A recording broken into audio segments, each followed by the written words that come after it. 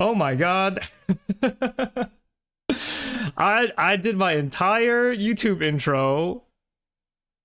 Uh I did my entire YouTube intro, but I didn't hit the go live button. Oh, that's embarrassing. Hello. Hello. Am I live? Am I live? Oh, what? How embarrassing! I was like, chat's awfully quiet. Hello. I'm live. I am live. Sorry for that. Hi, alleged streamer. Alleged streamer. No, I was just sitting here talking to myself for nearly 3 minutes, but I'll go ahead and say hello to everybody once again. Thank you for the jewels. Hello, Mo Borman. Hello, Dual Glitch. Hello, Roland. Hello, Hero. Hello, Kodo. Hello, Mirror. Hello, Marlon. Hello, Mira. Hello, Hanifar. Hello, Fregel. Who else do we have here? Hello, Archie. Welcome. Hello, Lacrosse. Hello, Tritron. Hello, welcome to you all. Okay. Hello, Azure. Let me go ahead and do my YouTube intro, because I don't know if I'll cut this up and make it into shorts later, but I might. So hello, YouTube. Today, what we are going to be doing is we are going to be ranking the subdisciplines of biology, but not for any criteria like importance or interesting. Yeah, that was terrible. Can you tell I'm not used to like doing streams for a later YouTube upload? One more time. One more time.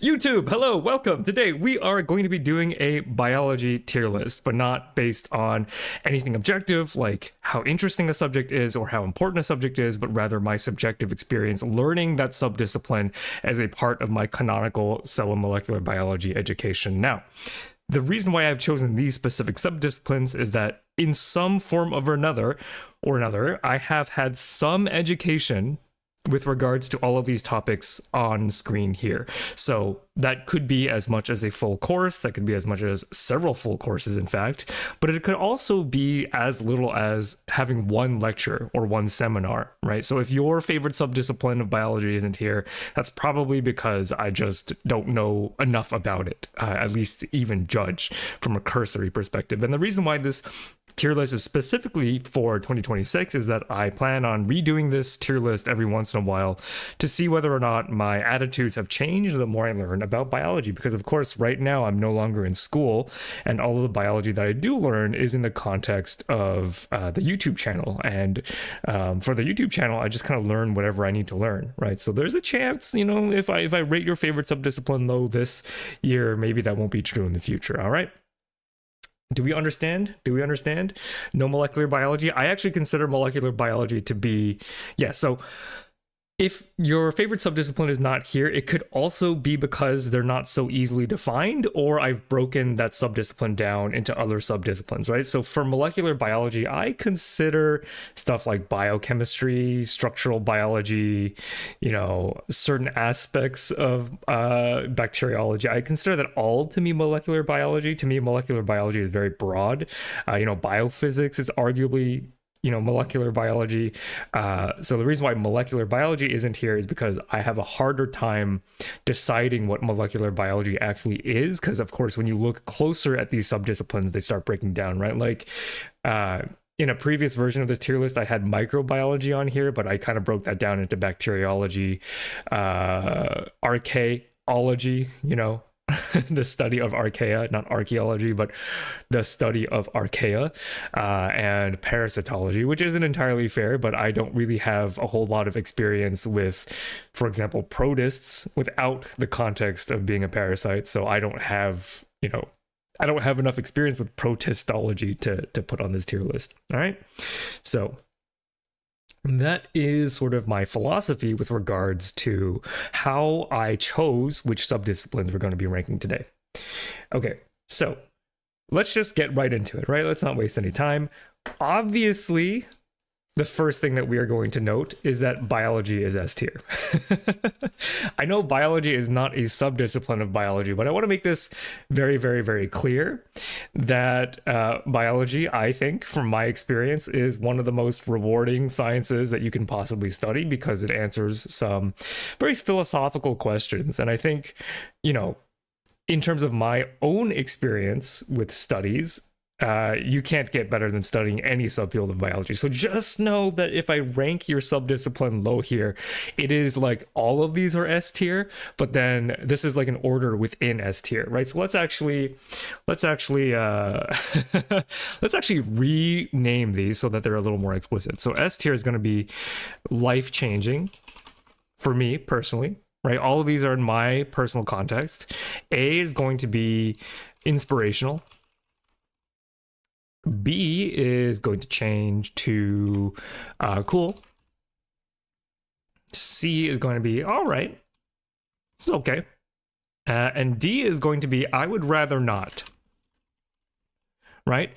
So I thought about this. Like, is it ethical? Is it moral for me to do a biology tier list and put any of these lower than the other? And then I thought, I think so. I think it's okay, because you know what I could have done? I could have put all of these in S and have it been like my safety tier list, where the whole thing was S is for safety, and so all of the safety features in a lab are going to be S tier, but I decided not to do that for this one, because here's the thing. I don't want you to look at me as if I were some grand representative of biology education, right? I'm not the biology guy. I don't want to be. And I think if I were to make myself overly palatable by not ruffling any feathers, that would set up a standard that I could not live up to. Yeah, John Biology. Yeah, I don't want to be John Biology, right? I don't want people to criticize me for unfairly tiering anything on this list, right? This is my personal lived experience, and I think there is value for you to disagree with me, right? Like, even if you disagree with me, that is learning more about yourself in relation to my tastes, right? This is about taste. This is about exploring what it means to love a particular science. Okay, so I think I've seen this categories in a ranking Hear Me Outs. That's kind of interesting. Definitely not what I would be doing here. Yeah, so I don't want to be John Biology. I want to ruffle feathers because I think it's important to make genuine connections, not like, you know, strong connections, but like when you see me rate these, when you disagree, the strength by which I offend you is going to inform you how passionate you really are about a certain subject. Does that kind of make sense? Like, I think ruffling feathers as a ruffling feathers as someone who has a preference, who has a fully realized life experience, that's going to be informative to all of us. And again, you know, maybe next year I learn more about your favorite subdiscipline and I bump it up a tier or two.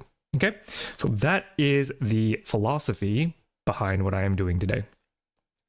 Okay, so the first on the list is biochemistry. Okay, biochemistry. So what is biochemistry? Biochemistry, of course, is the study of how biology functions at the chemical level. So when you really, really zoom into the cell, when you really, really get into the weeds, you start talking about lipids and proteins and sugars and enzymes and, you know, biomolecule assemblies, like macro assemblies. If you're talking about reaction kinetics, that's a part of biochemistry. When you're talking about flux between pathways, that can be a part of biochemistry. This is, to me, one of the most fundamental cell and molecular biology experiences that one could possibly have. Yeah, one could possibly have. Can't do anything else on this in this list in depth without it. Yeah, biochemistry is the foundation. And for me personally, how did biochemistry affect my life? I would say that it was life-changing. This is an easy S tier for me. It is, I think, the first time that I have studied anything where I felt like I had a solid foundation of comfort And what do I mean by that? I mean, when you first start learning biology in high school, you don't really learn how things work, like at a very deep level, right? You learn a bunch of somewhat disconnected facts that you get tested on, and it doesn't feel cohesive. Biochemistry is the glue that glues all of biology together, in my opinion, right? Nothing here makes sense on a mechanistic level outside of biochemistry, with one other exception that is perhaps even more important than biochemistry.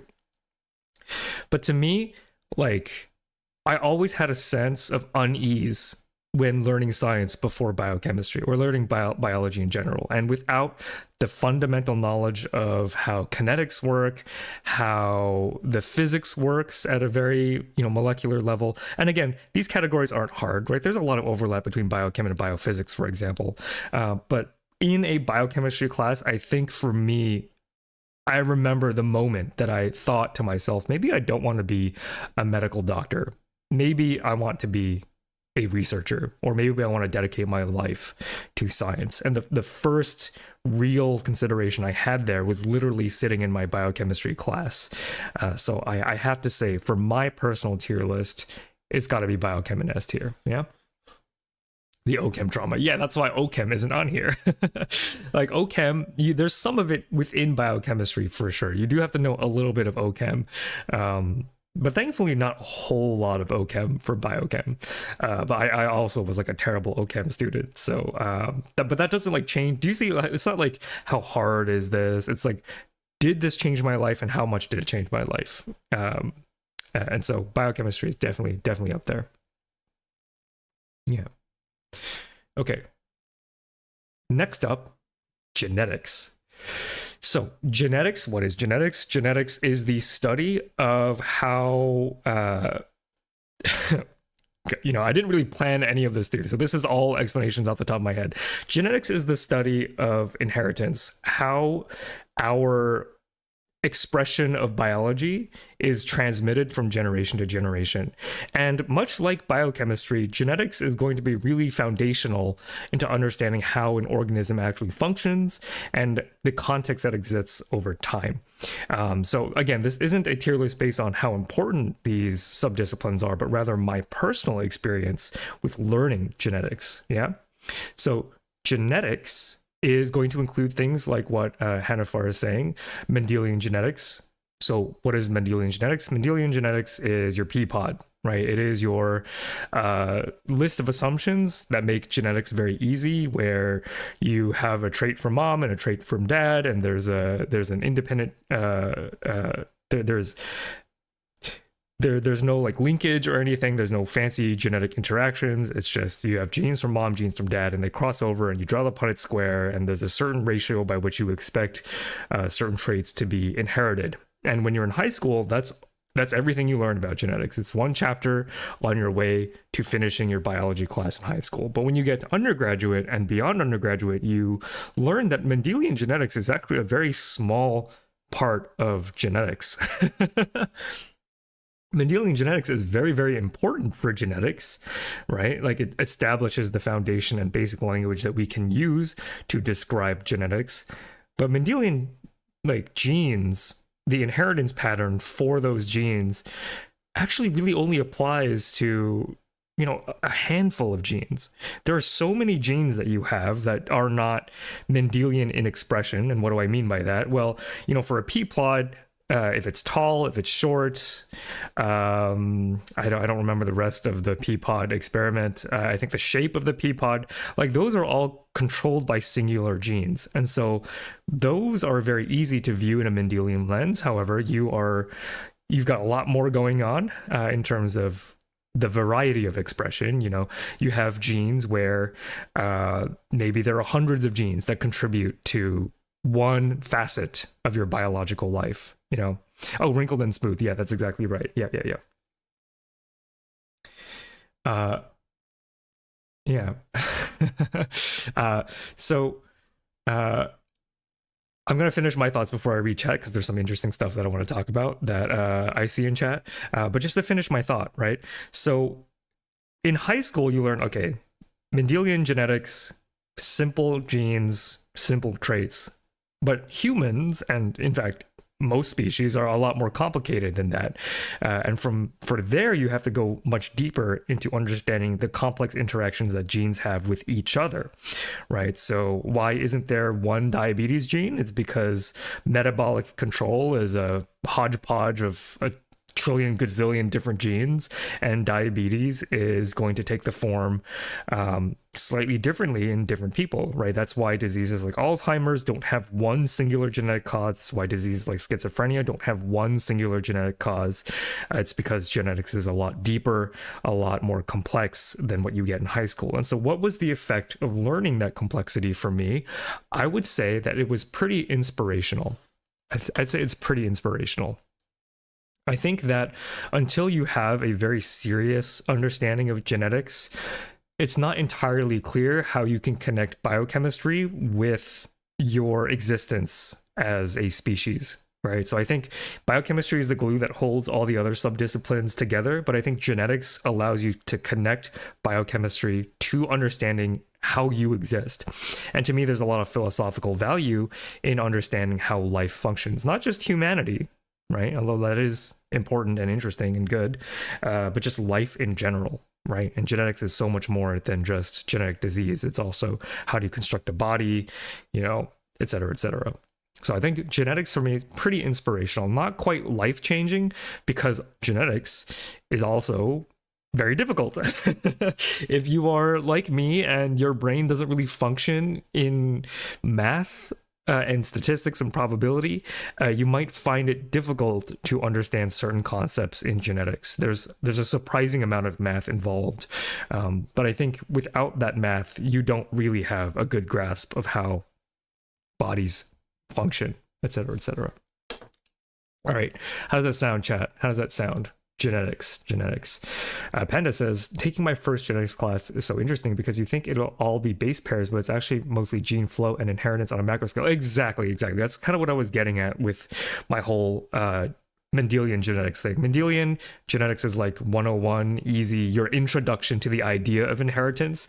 And then from there, it just gets a lot crazier and crazier, but also in a very manageable way. I don't think there was anything in genetics that I ever failed to learn, which is not going to be true for some of these subdisciplines, right? Genetics is very hard and very confusing, but I think for most people, because I consider myself to have average intelligence, I think for most people, you can get a lot of the concepts of genetics.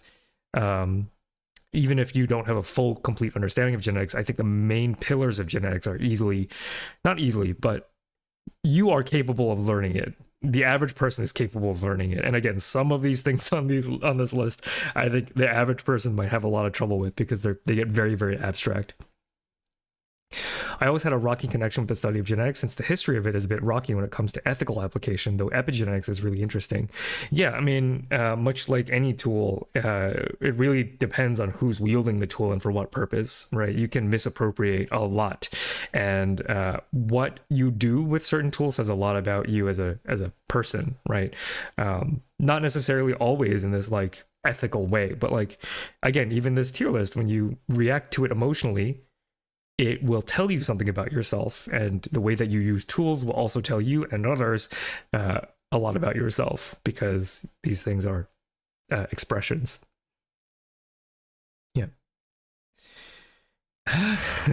Genetics just tells me my genes are we're all cobbled together from imperfections, but those imperfections make us who we are and impose limitations on us that color and challenge our existence.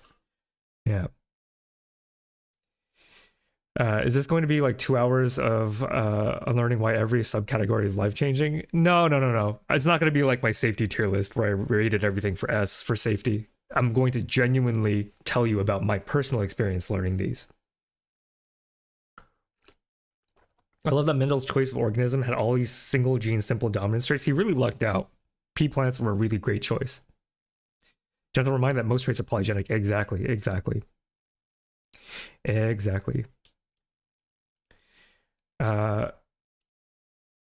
Watching this before choosing my degree is insane preparation. Well, it's important for you to get a sense of what your future will be like. There's only so much you can do to reasonably prepare before you actually take the dive. But if me talking about how difficult some of these have been or how inspirational some of these have been, if that helps you inform, your decision, I will consider that to have been useful.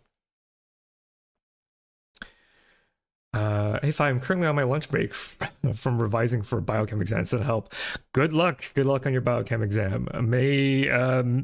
What is it? Not Mendel. What's the formula called? I'm forgetting my biochem. Gosh, the kinetics. May the spirit of cooperativity be with you. That's the best I could do.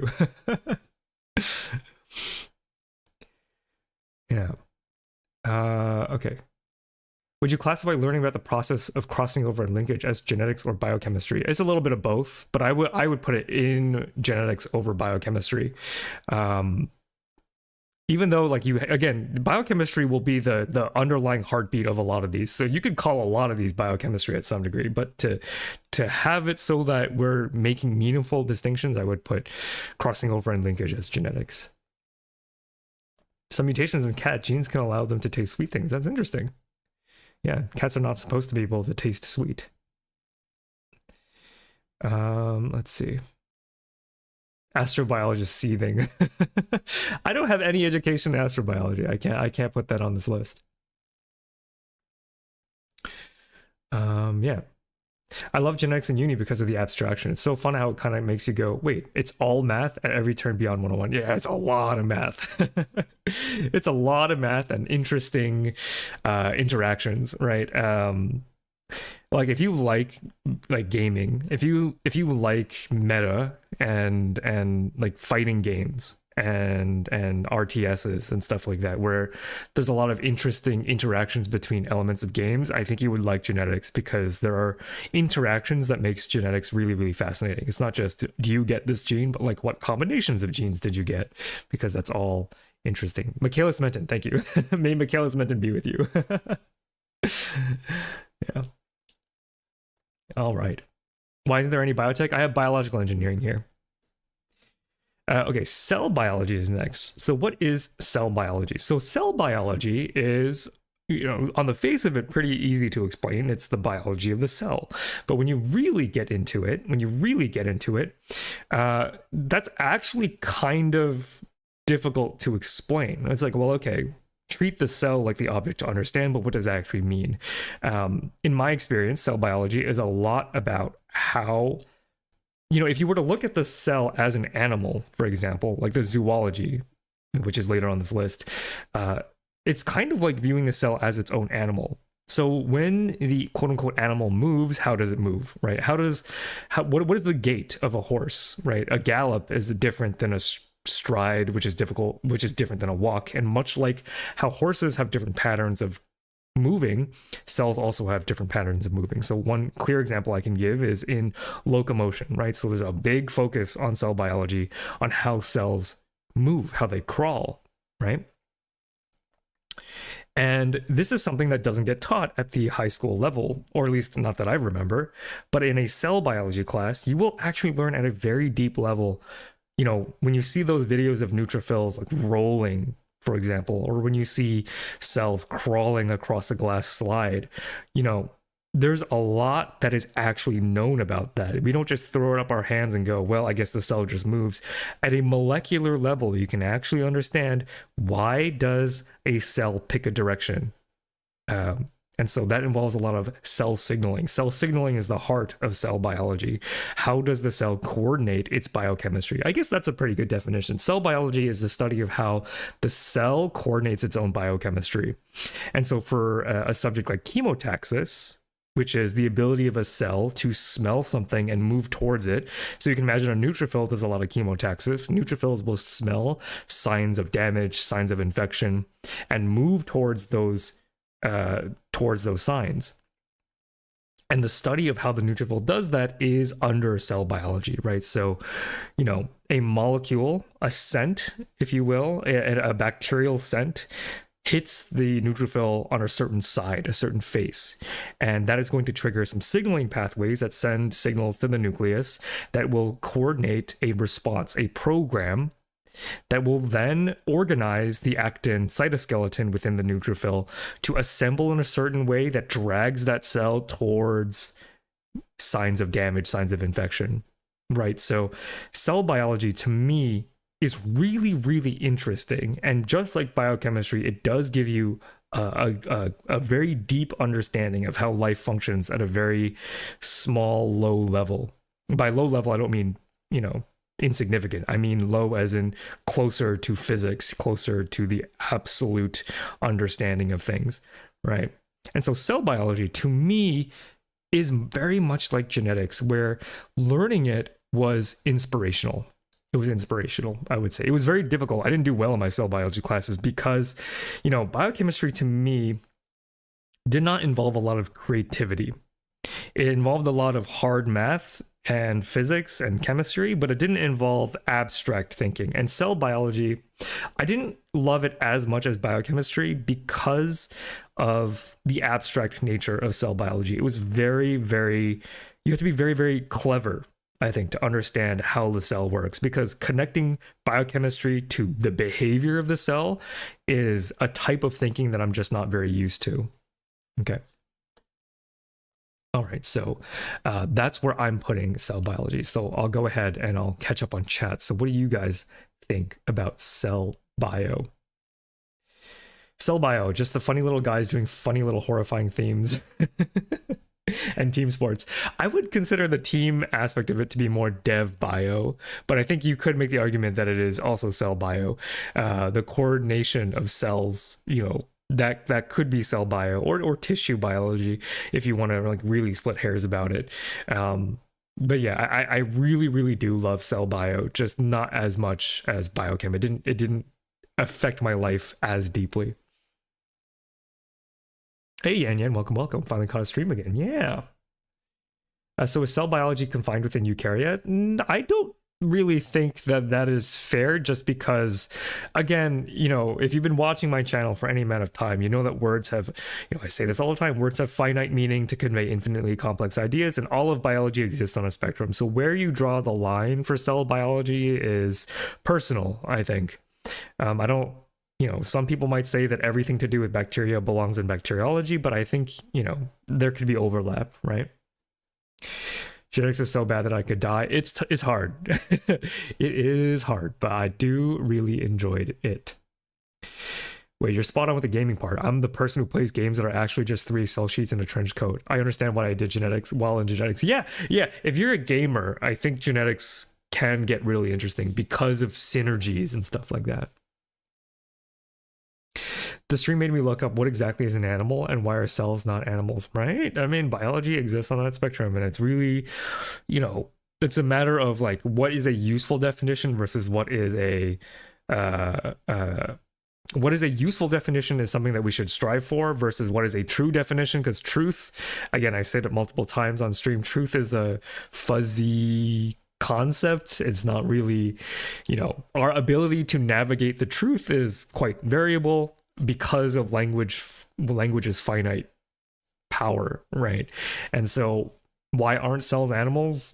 Well, because scientists have decided that animals have a very useful similarity that we can more easily understand instead of just lumping them or lumping cells with them, right? Are there single-celled animals? Gosh, I don't remember. Are there single-celled animals? Oh, that's interesting. Because I remember Octopus Lady's video on siphonophores, which are a complicated biology. Somebody in chat will probably let me know if there's an obvious case of single-celled animals. Yeah. Chemotaxis was something that kind of interested me because my professor put it as it finds a piece of candy and follows it until it finds something to kill. Yeah, bacteria do it, right? They can sniff like sugar, they can swim towards sugar and stuff like that. Neutrophils do it to fight bacteria and to heal infection and stuff like that.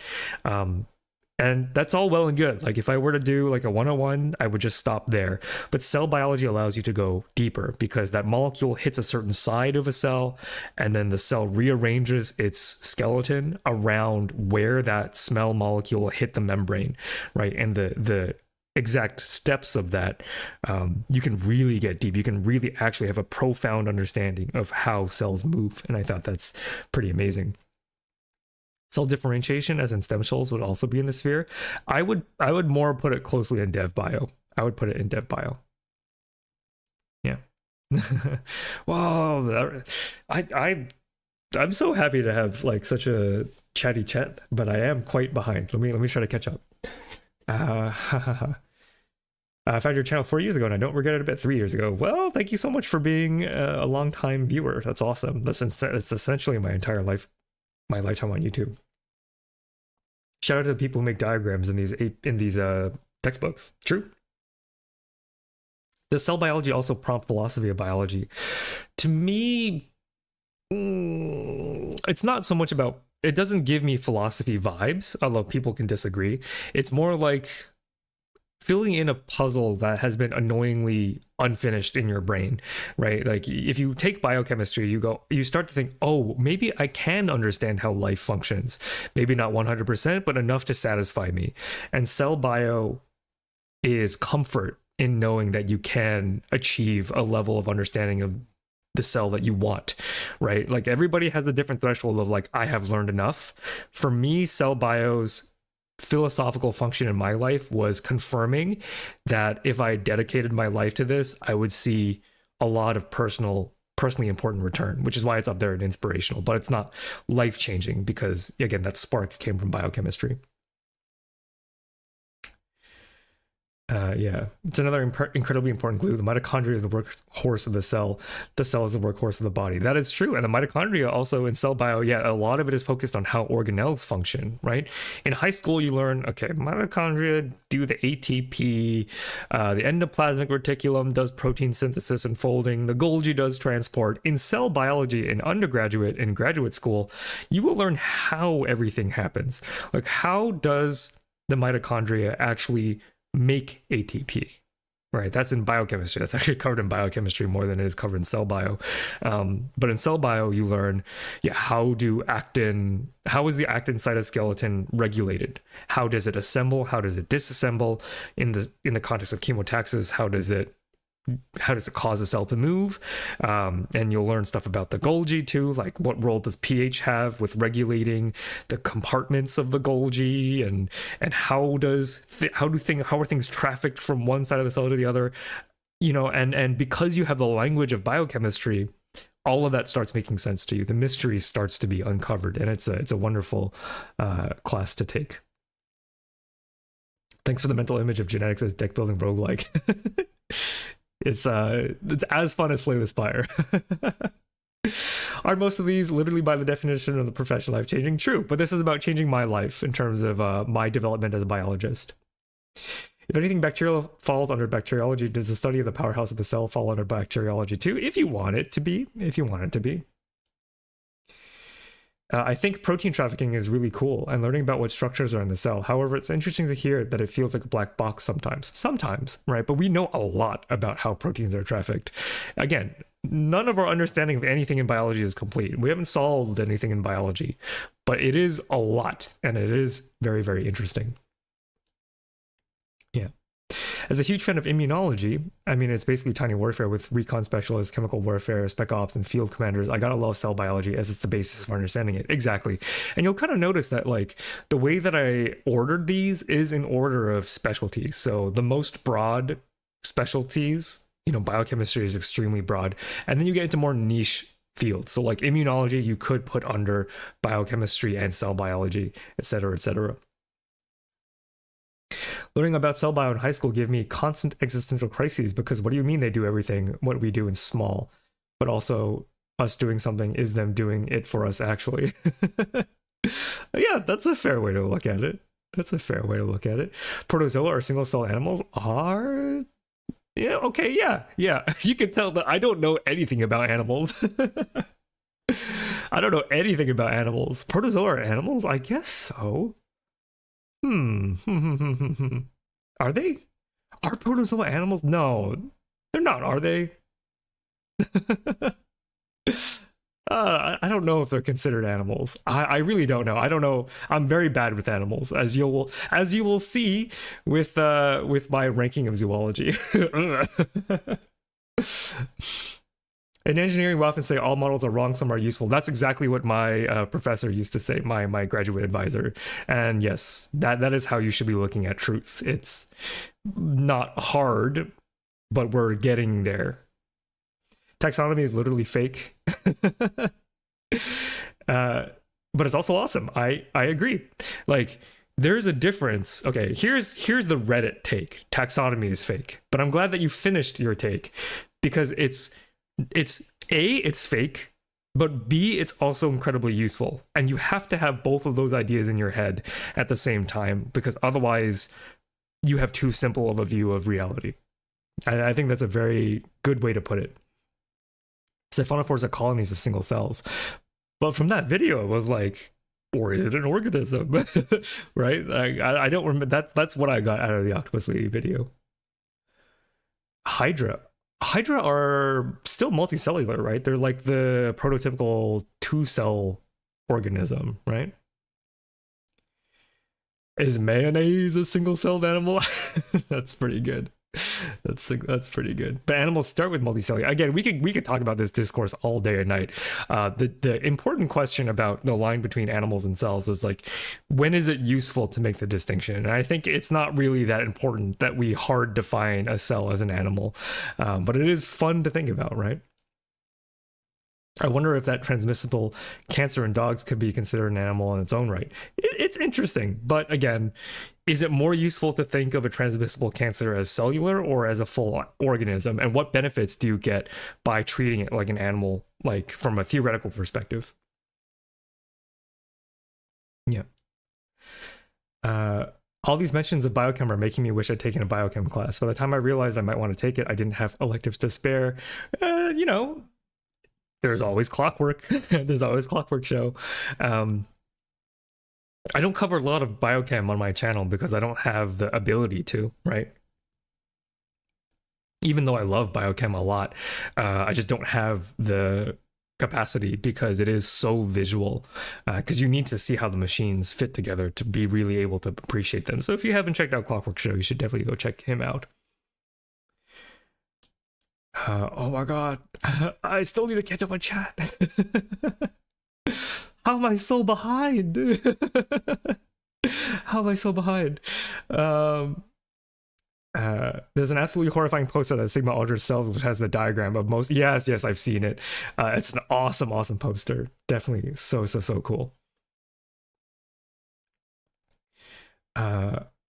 Okay, yeah, protozoa aren't animals. Yeah. That's. I was like, protozoa are weird, but I don't believe that they are animals. Are slime mold single cell? I'm not entirely sure. I'm not entirely sure. Okay. Hydra have more than 2 cells. Oh, it's been so long since I thought. It's been more than a decade since any phi in the phi line has thought about Hydra. Okay. Oh my god, I'm catching up. Okay, I've caught up. Okay, we can move on. Developmental biology. Okay, so developmental biology is the study of how cells differentiate, how they go from stem cells to their final form. And that is especially important when we are talking about the stem cell, the egg. And sometimes it's just the egg, right? If you're talking about a parthenogenetic species, we're just talking about the egg. And for other species, we're talking about sperm and egg, right? So developmental biology is the study of how do we get from sperm and egg and other stem cells to their final form, and how do they interact with other tissue types. Developmental biology, I think I would say that it was life-changing. I think it was life-changing to me. And that's kind of weird because in the order that you learn things, you first learn biochem so that you can understand cell biology, and then you learn cell biology to learn developmental biology. Okay, and I just talked about how cell biology was too abstract for me to really enjoy to put in life-changing. However, in developmental biology, the problem of how to get from sperm and egg to fetus is like crazy, crazy complex.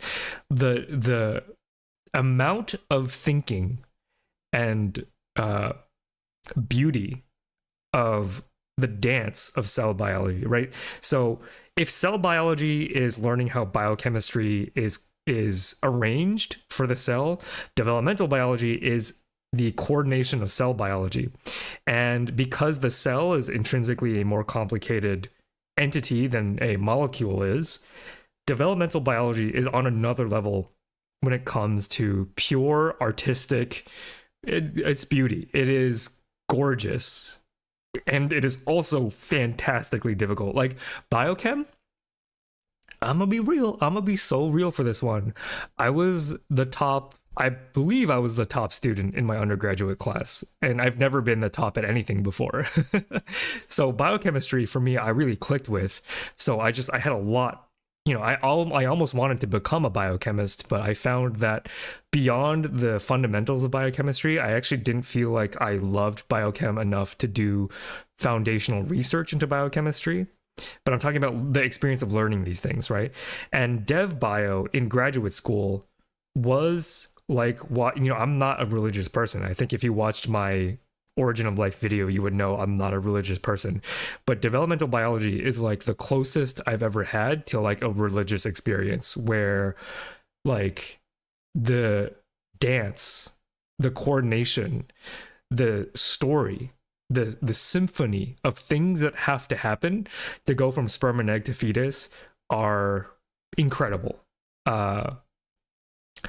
And you have to be so clever and creative to be able to work in developmental biology that it feels impossible for me to do, but not impossible for me to appreciate, right? And I keep on teasing the Dev Bio 101, but I don't think I can because I'm just so not good at this. Like, even though I was a very mediocre Dev Bio student, it still really, really influenced my understanding of biology to a very poignant and meaningful degree. What is more likely is that I will do an hour-long video on this at some point. I think I want to do the origin of the immune system as my next 1-hour video, and then probably in 2 years do sperm egg to fetus, because it you can watch a 20-minute video of this online and it'll be very simple and it'll show you the process in action. But until you learn the cell bio and the biochemistry of how that happens, you won't fully appreciate the amount of pure evolutionary genius that goes on during that process. So that's why I would put Dev Bio in life-changing. I think so. Okay, and let me go ahead and go catch up on what chat is saying about Dev Bio. They said developmental biology only lasts for 14 days, otherwise it's called a human. That's not, I think that's a funny joke, but I think Dev Bio continues to happen because I would almost put stem cell biology as a subset of Dev Bio, although some people may put stem cell biology in cell biology. I think you could put it in either way, but to me, it feels better to put stem cells in Dev Bio because of, the coordination that is needed to encourage a stem cell to become its final form. Sep1 Hox genes. I made a whole short on Hox genes back when I was doing shorts, and Hox genes are incredibly, incredibly cool. Dev Bio is so complex. Holy moly. It is so complex. It is perhaps the most, because, in terms of gaming, people often talk about depth versus breadth, right? Like, a common thing is to compare like League and Dota, where Dota is a lot like, is Dota or League harder? That's actually an arbitrary question because both games are competitive. So Dota and League are just as hard as your opposing team makes it, right? But the number of things that you have to learn in Dota versus the number of things that you have to learn in League is, I think both sides of that debate can agree. There's a lot more to learn in Dota, and that's not necessarily a better game than League. That's why I say, none of these subdisciplines are better than the other. But the amount of stuff that you have to learn in Dev Bio is kind of like the amount of stuff that you have to learn in Dota. Like, it is I think Dota is one of the most complex games to ever exist. That doesn't mean it's good, but if you are a fiend for learning a lot and always having 1,000 other things to learn, I think Dev Bio really, really would suit you.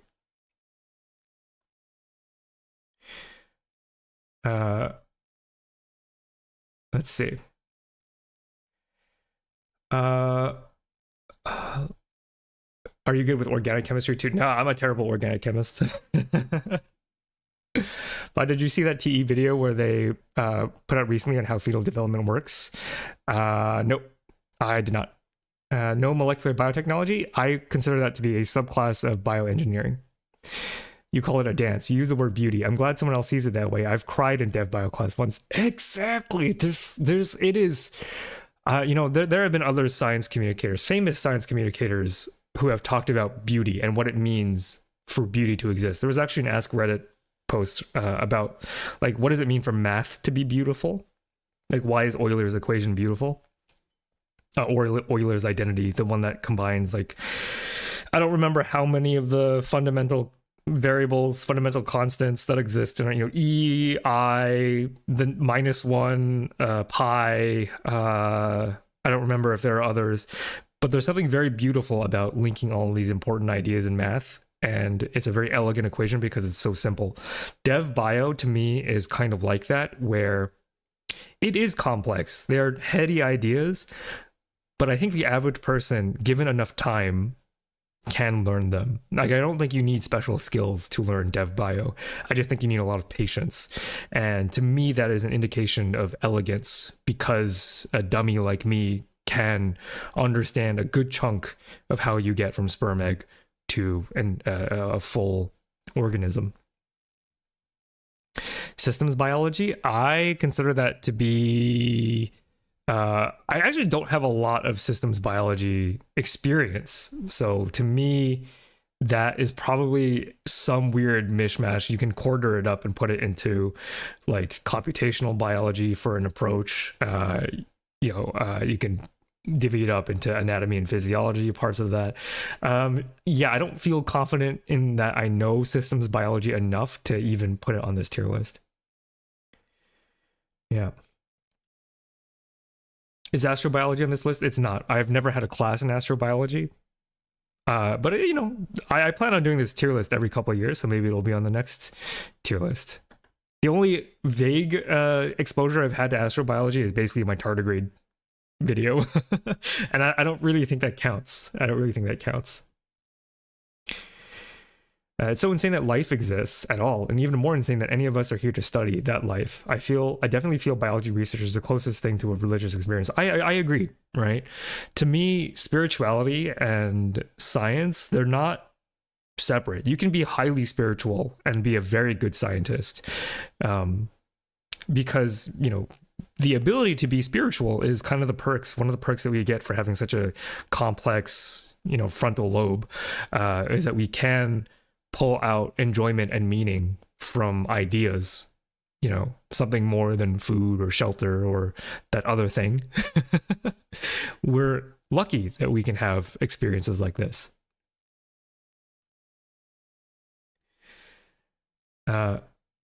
Dev Bio is misleading when it says it's limited to just humans or vertebrates. It should really be taught alongside the other ways it happens so that people don't get rigid thinking about it. Oh yeah, for Dev Bio in graduate school, you actually don't start with an animal at all.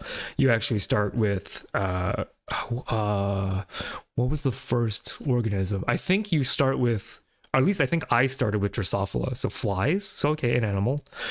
But then I also did C. elegans, which is really beautiful. C. elegans development, because C. elegans is what is known as I think developmentally traceable, which means that you start off with an egg and sperm. I think, I don't remember if they're parthenogenic or not.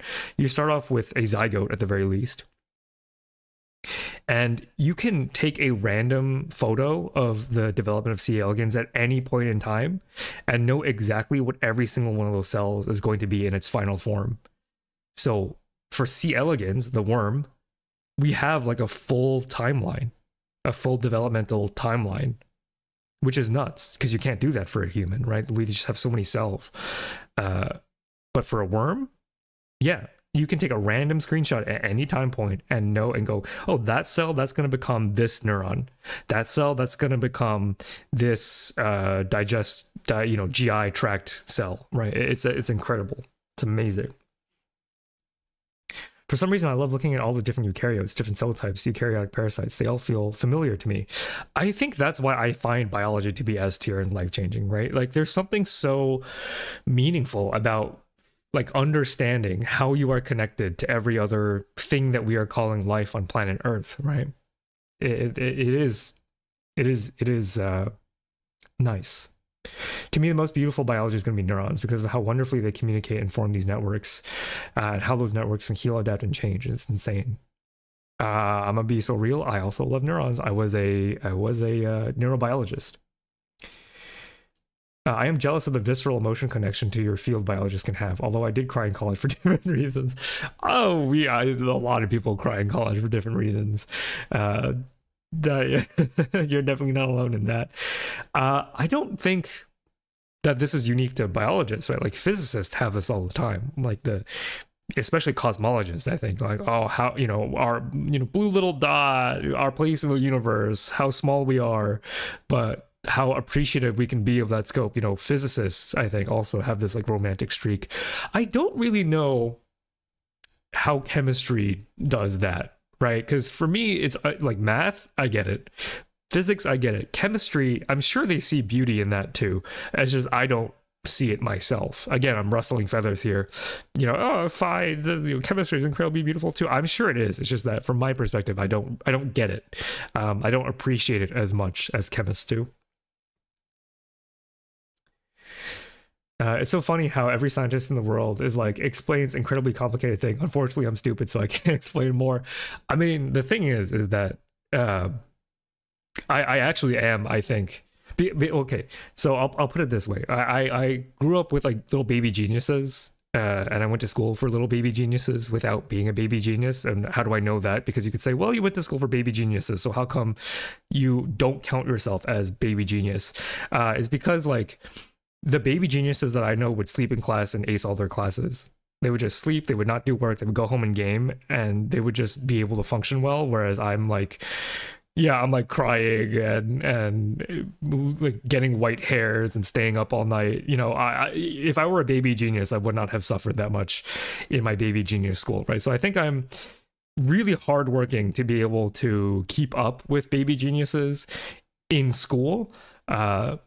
So I've been thoroughly humbled by like seeing how high that like intelligence ceiling can go. But also it's made me more appreciative of like, well, I used to feel really bad about not being a baby genius because I was like, damn, I just wish I was smarter.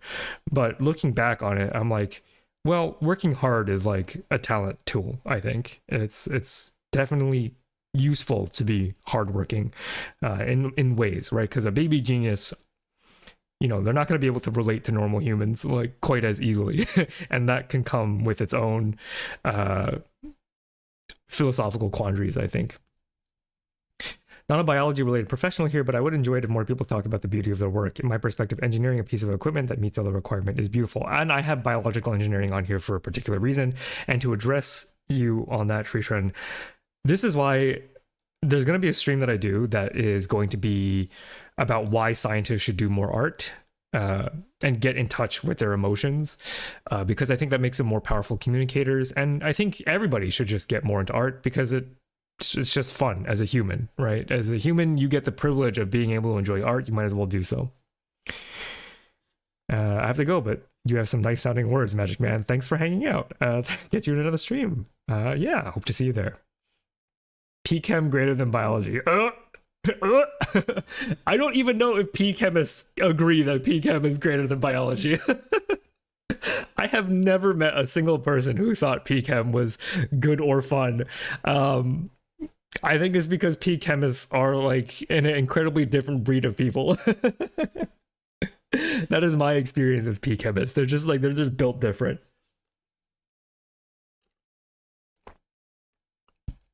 They're just built different. P-Chemists are just built different.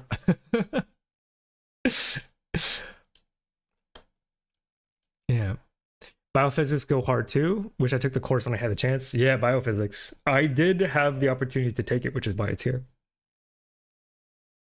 Clockwork videos are the beauty of chemistry. Yeah, yeah. But there's also a whole lot of other things in chemistry, like orbitals and excitation states and organic and electronegativity and reaction pathways that I just could not get into. It's just not my taste. I work in a trauma unit, and the number of times someone comes back from a TBI, that's a traumatic brain injury, because their brain just rewired itself as stupefying. Neurons are just built different. My professional experience in graduate school was trying to figure out if we could rewire the brain after a TBI to its original state. Spoiler alert, really difficult. I did finish my PhD, but a lot of it was thinking about ways in which that could happen, because I do spiritually find that to be a very meaningful pursuit, because the brain, you could argue, is where the soul is.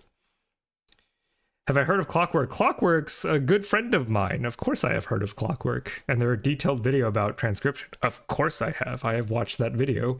I've used that video in a lot of my videos, actually. So if you look through, I don't remember what video I used, but I asked him for permission to show a chunk of that, because Clockwork has like the videos. Like, I would not be surprised if his videos are used in classrooms, if they're not already, because some people say, it's so cool, I'm going to ask my teacher to show your videos in class. I'm like, okay, my videos for a classroom would be like, there's nothing to do, it's end of semester and you want to watch something fun. Okay, put me on. If you want to actually learn how this all happens, you should learn it from Clockwork, because his style is more educational than my style. Mine is a little more on the entertainment side. I wish they'd start with plants. Oh, that's interesting. Yeah, I don't know anything about how plants develop besides my very brief interaction with it during high school. I think more artists should learn science as well. I think so.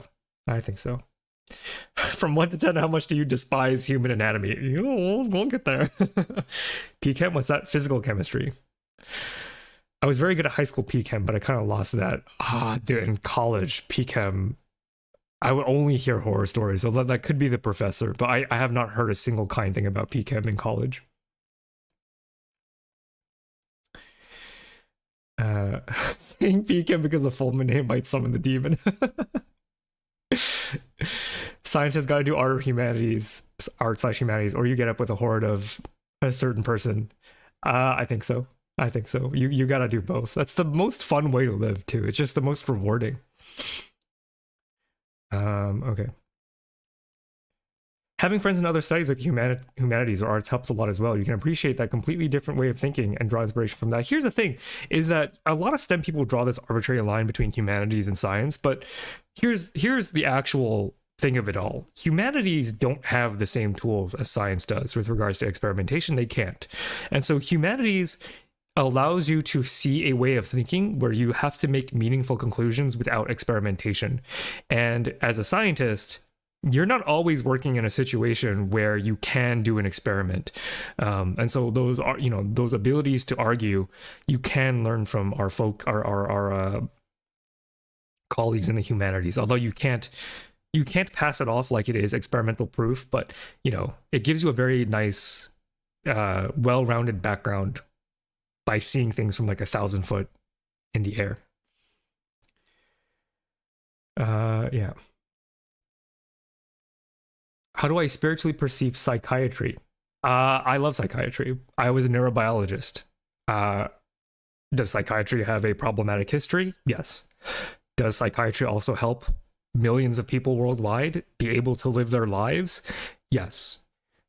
Just like with everything on this list and everything that you encounter, it's not about the tool, it's about who is using it and for what purpose. As someone who has gone under therapy, the application of medicine in combination with therapy for people who have all sorts of I don't want to label it any other, like, I don't want to label it in a way that is bad, right?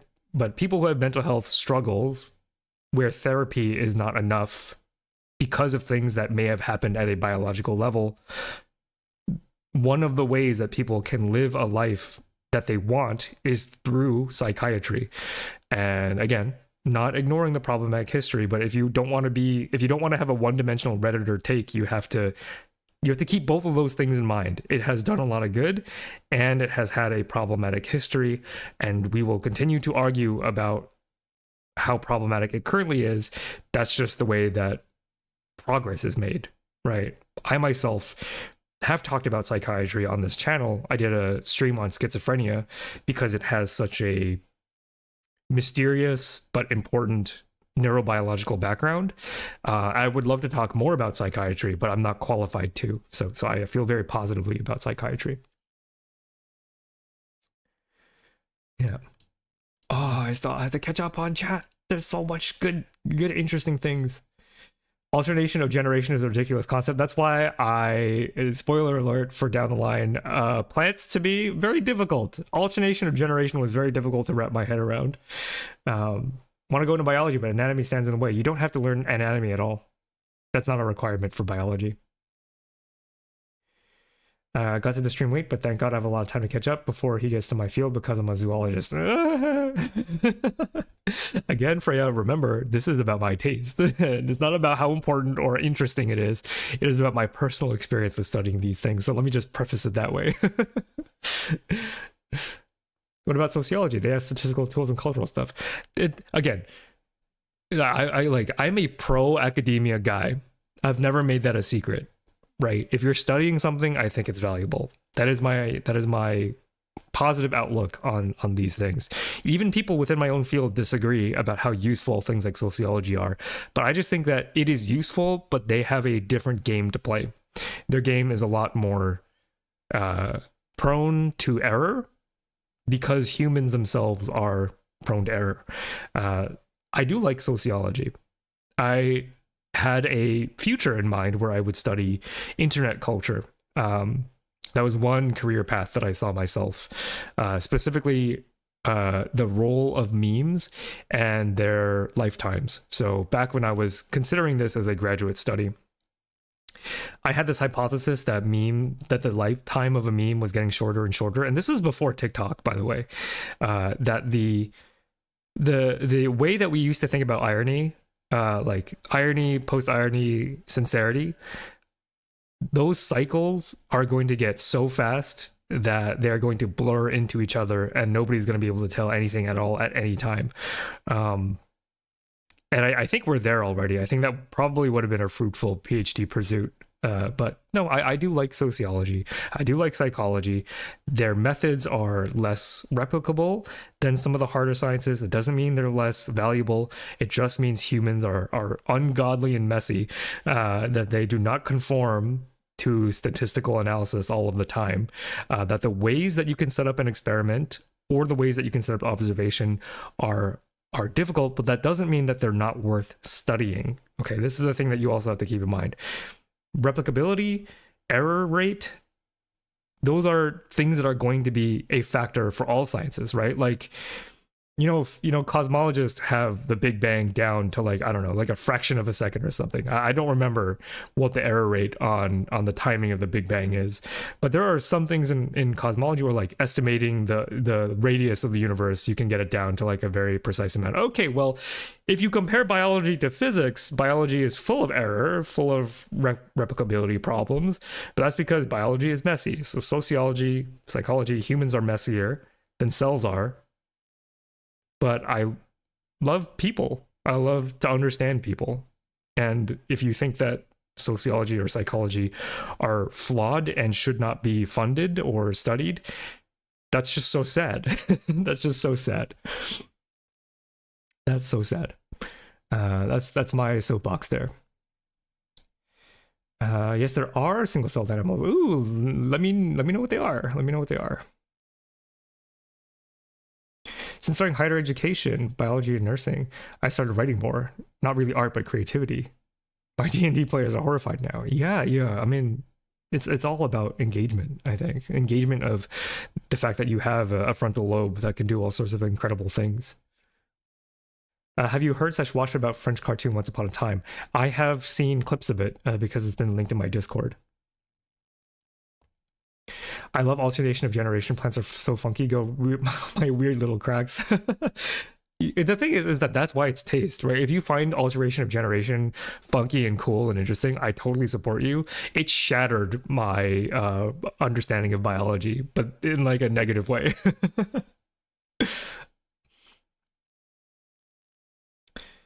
Yeah, plant development is wonderful, like all development. I do agree with that. I just don't know a lot about it. Okay. Oh, I gotta catch up, or I'll never finish this stream. I gotta finish this stream. Ah. Blah, blah, blah, blah, blah. Psychiatry spiritually, yeah. Oh, okay, spiritually, I could talk about that. Yeah, it's just because I've seen a lot of anti-psychiatry, which is why I reacted in that way. Spiritually, I actually think that philosophy and psychiatry overlap a lot, but I'm not at liberty to talk about that on stream because it is so personal, right? I do not know, because I still have a responsibility. You know, I talked about, like, I don't want to ruffle. I don't want to be overly palatable where I never have an opinion that people are offended by. But I think when it comes to psychiatry, spirituality, and philosophy, that's very personal to me. And because it is so personal, it's going to ruffle somebody's feathers, you know, in a way that I think could be interpreted as negative. But I think a lot of people would agree and a lot of people would disagree. But that's the thing, is it important that we agree or disagree? I think because the difference, there's not a value in me talking about my thoughts on psychiatry, philosophy, and spirituality, because there is so much discourse, debate, and disagreement. But I do think about it a lot, and I do have comment. You know, I know psychiatrists, I know philosophers, and you know, behind the scenes, I have these really thoughtful, engaging conversations with them. But they're not fit for YouTube because I am aware of my position of quote unquote authority, right? I am a content creator, and even though I tell you that disagreement is good and natural, I do know that there is a portion of my audience that might overvalue my opinion, and I don't want my thoughts on psychiatry to be overvalued. I don't feel like it's my place to do that. Do I consider myself a product more of nurture or nature? It's never just one, but I want to hear your thoughts. I think more nurture. My mom, you know, she grew up like a factory worker, so not incredibly educated, but my mom did, you know, I don't want to like talk down about my mom. My mom was incredibly important for my life growing up. She like wrote the moral backbone essentially of how I grew up. But in terms of like as a percentage of my being, right, I don't really see that I don't have too much in common with my parents. Love my parents, love them to death. I think I have forged my own path away from their tendencies, although as I grow older, I find myself not being able to escape other things about their tendencies. Yeah, so I think my experiences and how lucky I have been in my life to be surrounded by supportive people have allowed me to develop in a way that I have developed. Yeah, that's where I would describe that. My dad was an academic though, so I do think that maybe the tendency to seek and inquire deeper and the curiosity, but he was like a math guy. You know, I didn't take math, you know, I really did not like math growing up, partly because of the expectations of having a very smart father. So I like chose biology because I felt like that meshed better with my brain. I could never do the math things that his brain does. But I will say, in terms of nature versus nurture, our memories are quite bad. My dad and me. My dad picked math because his memory was bad. I picked biology in spite of my memory being bad. So that part is nature, I think. Yeah. I gotta catch up on chat. I love the anatomy and physiology. I love the squishy meat puzzle. I think you might be explaining why I'm not going to rate that very highly. It's okay if you don't like zoology. I understand as fieldwork freaks aren't for everyone. Technically, I'm not a zoologist. I'm a wildlife biologist. Oh, yeah, that's why I call all of you touch grass biologists. Because when people think biologist, I think they more typically think touch grass biologist, which is why I make it clear that I'm not a touch grass biologist. Don't like anatomy? Do the microbiome skip for your run. Yeah. Yeah. Yep. Okay, catching up.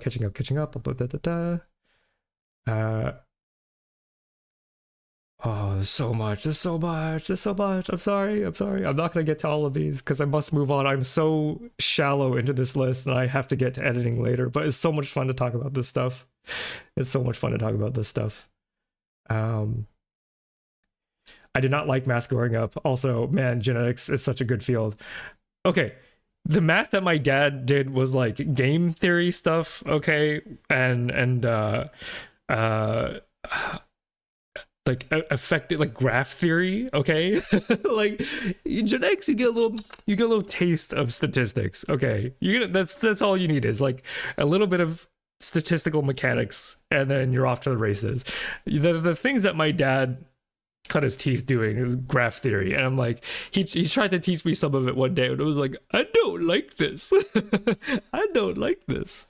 I feel like 70% of us choose biology because we hate math. That's literally a quote in my next video.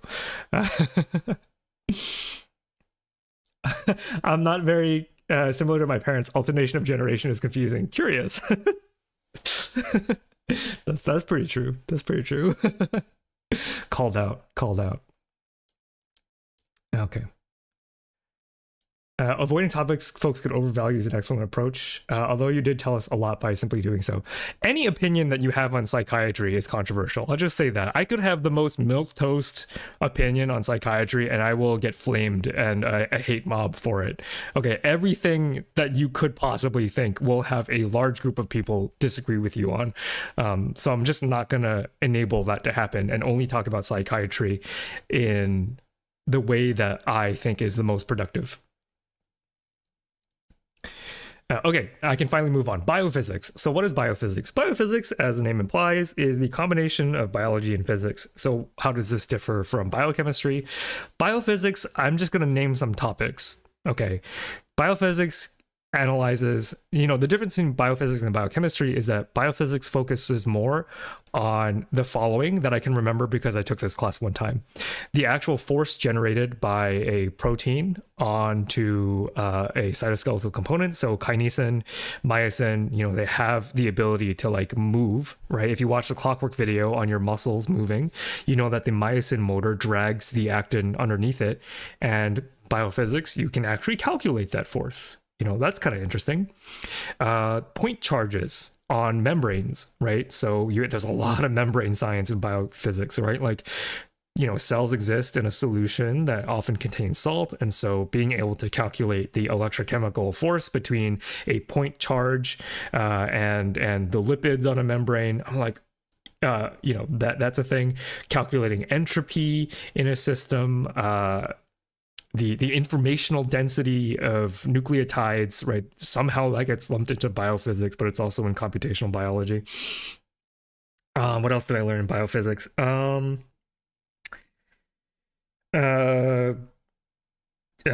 Like solute movement, the movement of liquids between membranes, that was a big part of biophysics. So, you really get into the nitty gritty, and to the point where I think biophysics you don't need biophysics. It didn't really change my life. You would think that like, oh, if biochemistry was so instrumental in you being like, oh, I think we can actually understand how a cell functions. For me, biochemistry is more like, okay, this is just icing on the cake. Like I didn't really care about the point charge of an ion on a membrane. Like I didn't really care about that. I could just hand wave that under biochemistry. So for me, biophysics was okay. It was okay. It's my first all right field. It also didn't help that my biophysics professor did not care about teaching, and I fell asleep in his classes quite often because the only thing he would do would be to derive formulas. There was no storytelling going on. It was just deriving formulas, and the room was warm and it was cozy and the lights were down because he was using a projector, and I fell asleep in almost every lecture, and he noticed, and of course didn't like me for that, but I still showed up to office hours because I needed to swallow my pride and get that grade so that I could go to med school. But yeah, I did not have a good experience. There was no storytelling involved, and the beauty of it, I think I did not need. It did not appeal to me personally because I could hand wave it as, oh, okay, this is just the hidden mechanics of biochemistry. I don't open up Slay the Spire and go, I wonder how everything is coded. I just play the game. That's kind of how I feel about biophysics. That doesn't mean it's not cool. It's just my experience was complicated. And, Z is a fellow member of V Theorem who is a physicist, and I would be down to do like more biophysics content with her, but I would be going against my but that's healthy, right? I would be going against my taste by diving into biophysics, which is healthy because I'm challenging that perception. If I never looked at biophysics again, I would never know, I would never be certain that I don't like it that much, right? Maybe if I'm collabing with Z and I'm forcing myself to learn more biophysics, maybe I will learn to love it a bit more, because I always think you have the capacity to learn something. I don't want people to say that this is a static tier list that never changes. No, it'll change as I learn more. So what do y'all think about biophysics? What do y'all think about biophysics? Reading chat. Biophysics are the ultimate no one knows what I do people. I don't know what they do. Case in point. Yeah. Biophysics is a flex for PhD trivia night. I had one or two questions there in a PhD trivia night, which is a stream that I do occasionally. The good old method of calculating concentration by shooting a light into water and see how much of it comes out. I think that stuff is fine. I think instrumentation is fine. I think the math part of biophysics just completely went over my head. I love stats, but it's a toxic relationship. I think I feel similarly. Stat loses me so bad, which is tragic because that is like the basics of research. I think stats you just have to do, and you have to be okay with not liking it, but you have to do it. But I'm going to try to sell you on it being interesting later on. Biophysics seems like a field you would find half-life scientists working on. I can assure you it's not...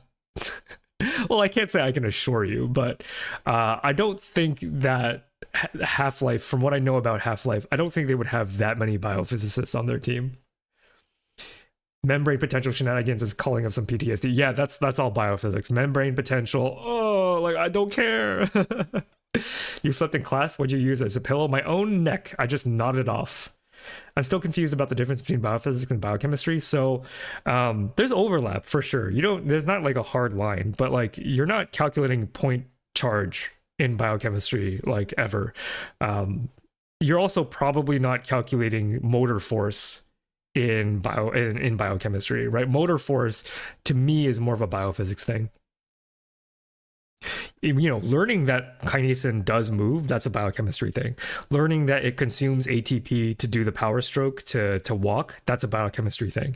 Learning how many newtons or whatever that head is enacting on the microtubule underneath it, that's a biophysics thing. Yeah. Yep. It's cool to comprehend the forces that go into protein complexes, like gripping onto the chromatin. Yeah, that's biophysics. Do you think biophysics is the most fundamental part of biology? You could say that, but I don't think it's as central as biochemistry for a general appreciation of how life works. Because you can say, okay, well then physics is the underlying motivator of biophysics, and then math is underlying physics. So is math the underlying thing of biology? Yes, but is it meaningful to think of math as being central to biology? I don't think as much. I don't think so. What about macro biomechanics, bones and stuff? I would say that biomechanics is probably different enough from biophysics to warrant its own subcategory, but I literally have never taken a biomechanics course, so it's not on this list. Yeah. What do you think about bioelectrochemistry? I just got out of its dreading exam. I think bioelectrochemistry is like a subtype of cell biology. I don't view it as its own full field because I don't have as much experience. Like I don't have a full field knowledge of bioelectrochemistry. Some, bioelectrochemists might disagree, but I think it relatively comfortably fits within cell biology. What do I think about clinical/medical microbiology? I think I would be bad at it because it's learning a lot of facts about bacteria that are not telling a story from what I understand. As a biophysics PhD student, my only comment is this: proteins. Yeah, it's a lot of it. It's a lot of it. I think medical microbiology is interesting. I have considered it as a career if this YouTube thing doesn't work out. But I would have to really put my nose into the books because there's a lot of differences between these little critters and you got to know all of them.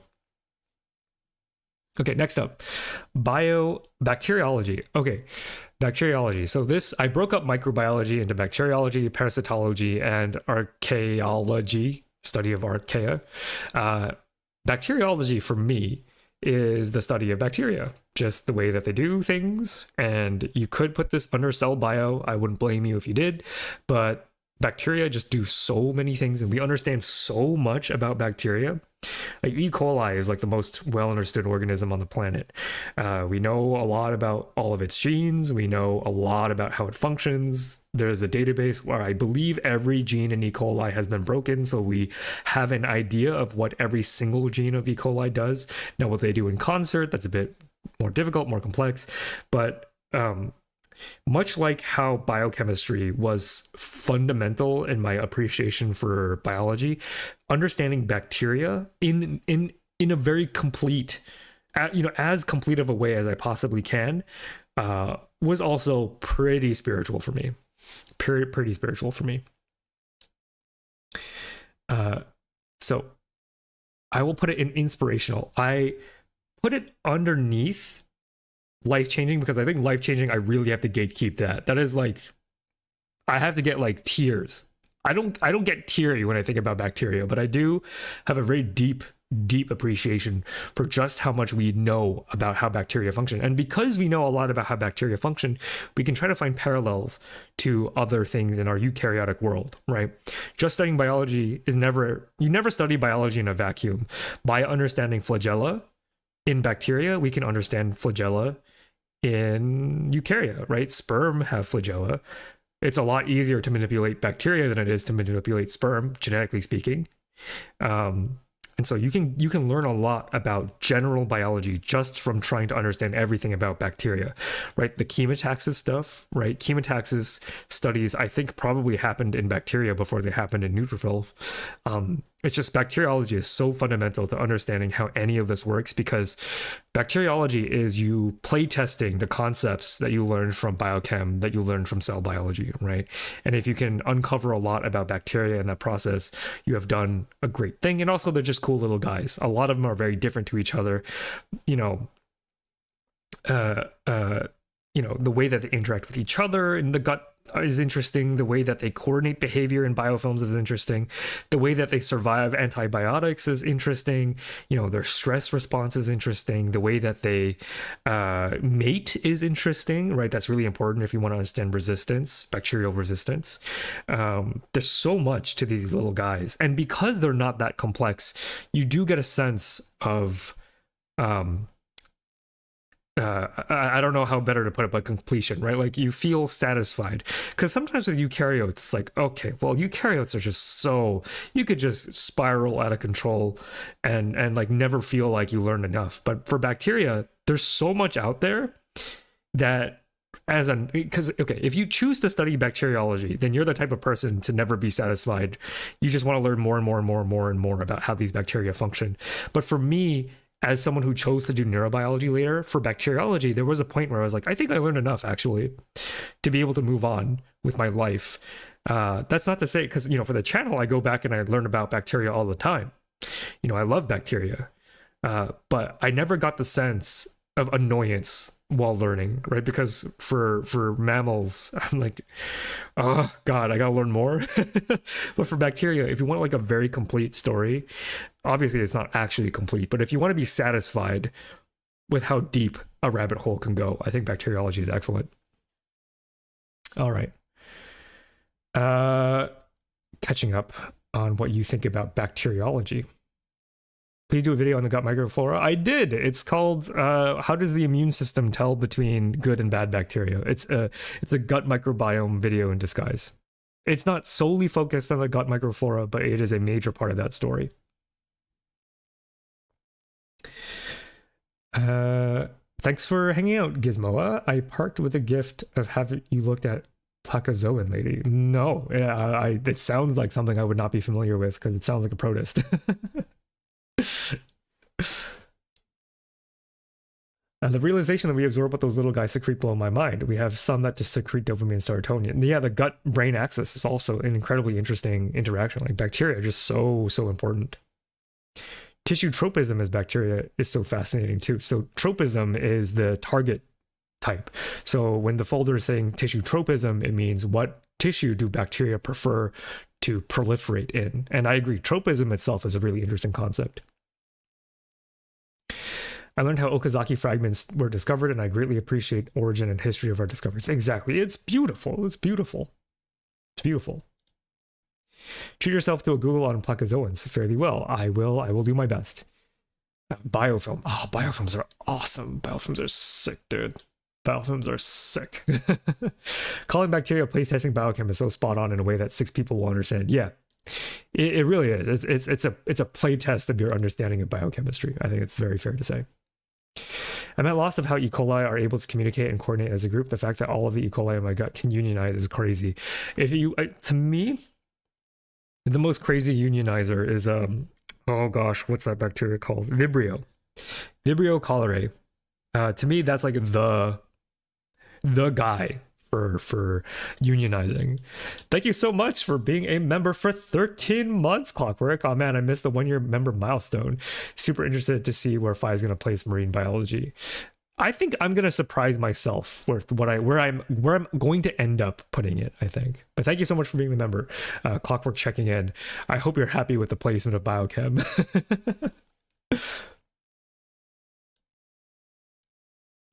I will go over quorum sensing and bacterial unionization as its own video, because it is one of those things where it gives you an idea of how life happens at a much deeper level than just bacteria.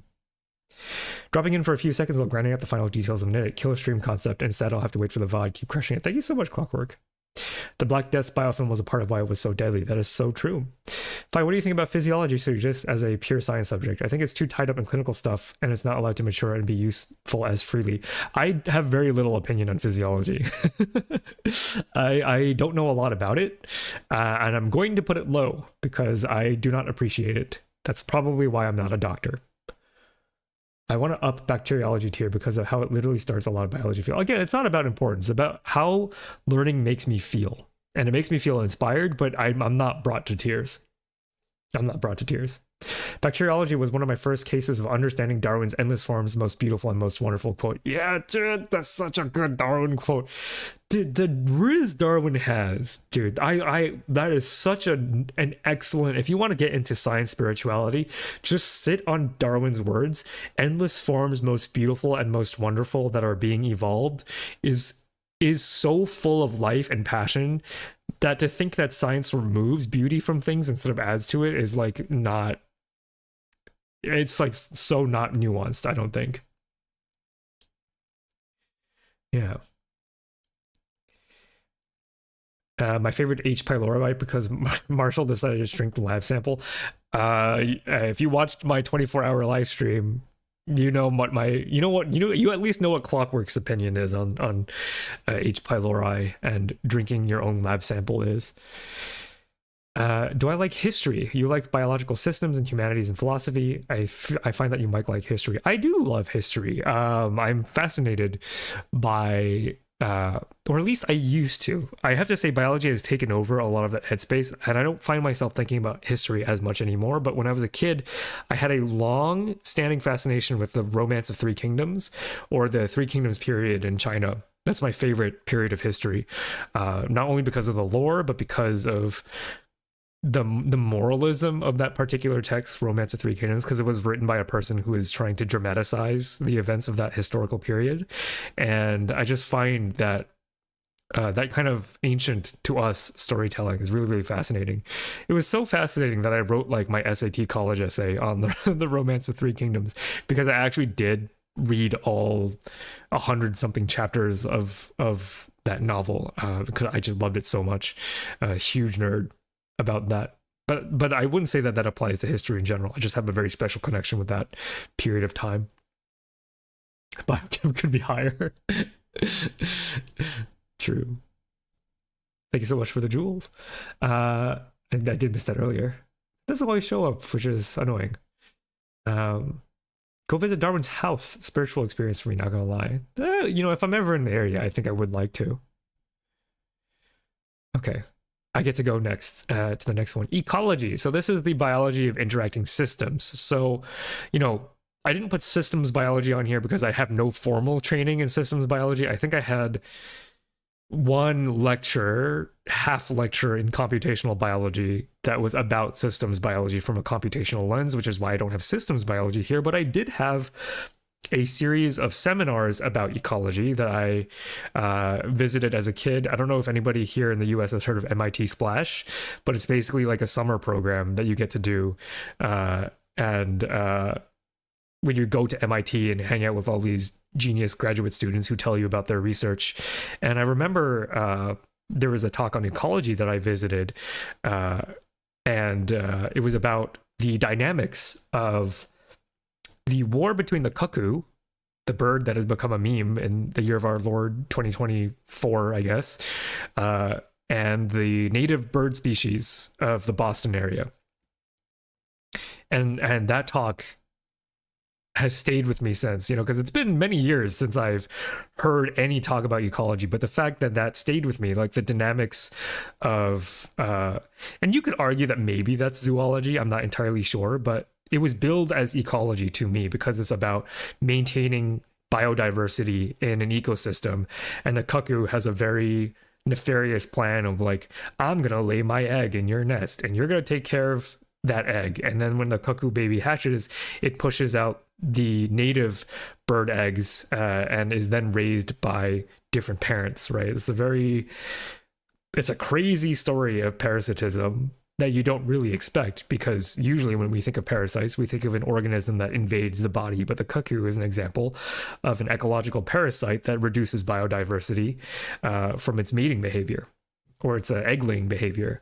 And that talk was all about the evolutionary war between the cuckoo, who is evolving certain traits in its eggs, and then the other bird species, which are also evolving detection methods to better sense whether or not the egg belongs to them or not. And to me, that slaps. I don't know a lot about ecology, but I thought it was very cool. It wasn't cool enough for me to go deeper into ecology. And maybe if I did, I would learn to love it. Again, this is my feelings about these subdisciplines, and I feel like there might be a different universe where I became more of a touchgrass ecologist, because that talk has stayed with me for so many years. The mechanics of that evolutionary battle were insane. Yeah, I think I would enjoy it because it is like the Great Germ War that I talk about this channel. So I think ecology is very cool. I think it's very cool. Physiology is coming up. Homeopathy, not coming up. I'm a Wikipedia editor for Thai migration period. That's awesome. That's awesome. The moralism, I think, is really awesome too, because it's like history, but like, what did this one guy want to say about history? And I think that perspective is interesting. I think it's pretty sick. Brood parasites. Yes. Yes, it is ecology. Okay, good. I did classify it as correct. All my homies hate cuckoos. It's brutal. The story of the cuckoo is like insane. The deadbeats of the world. Yeah. Eventually starting a second channel for things outside of biochem. Second video on the list is a whole ecology rant in defense of the brown-headed catbird. Hottest possible take. That's interesting. I'm wondering what you have to say about that. Ecology gives me the exact same vibes that genetics does, honestly, which makes sense because it's the macro version, I guess. That's fair. I think that's why I put it in cool. Like I could never see myself doing biophysics, but I could see myself doing ecology. All right. Just got here. What is this biophysics slander? I mean, I'm not apologizing. I don't find point chargers to be interesting. Remember, it's healthy to touch grass and have a balanced microbiome. Exactly. So sometimes you learn about ecology just to keep yourself, abreast of the broader biology field. I think that is fair. Biophysics is way more than charges and forces. It is to apply physical methods in biology like spectroscopy, mass spec, etc. Even structural biology can be a part of biophysics. I am specifically couching my experience in biophysics from the experiences that I have had, and I do agree that spectroscopy, mass spec, those I actually do love.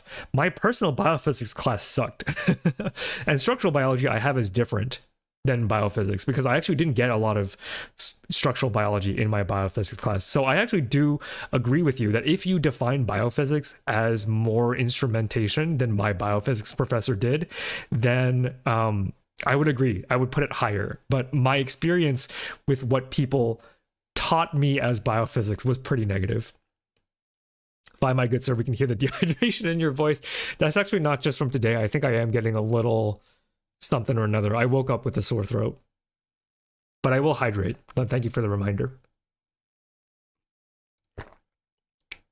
I like ecology's accessibility. You can go outside and plant the weeds and trees and see how they affect nitration of the soil in your backyard.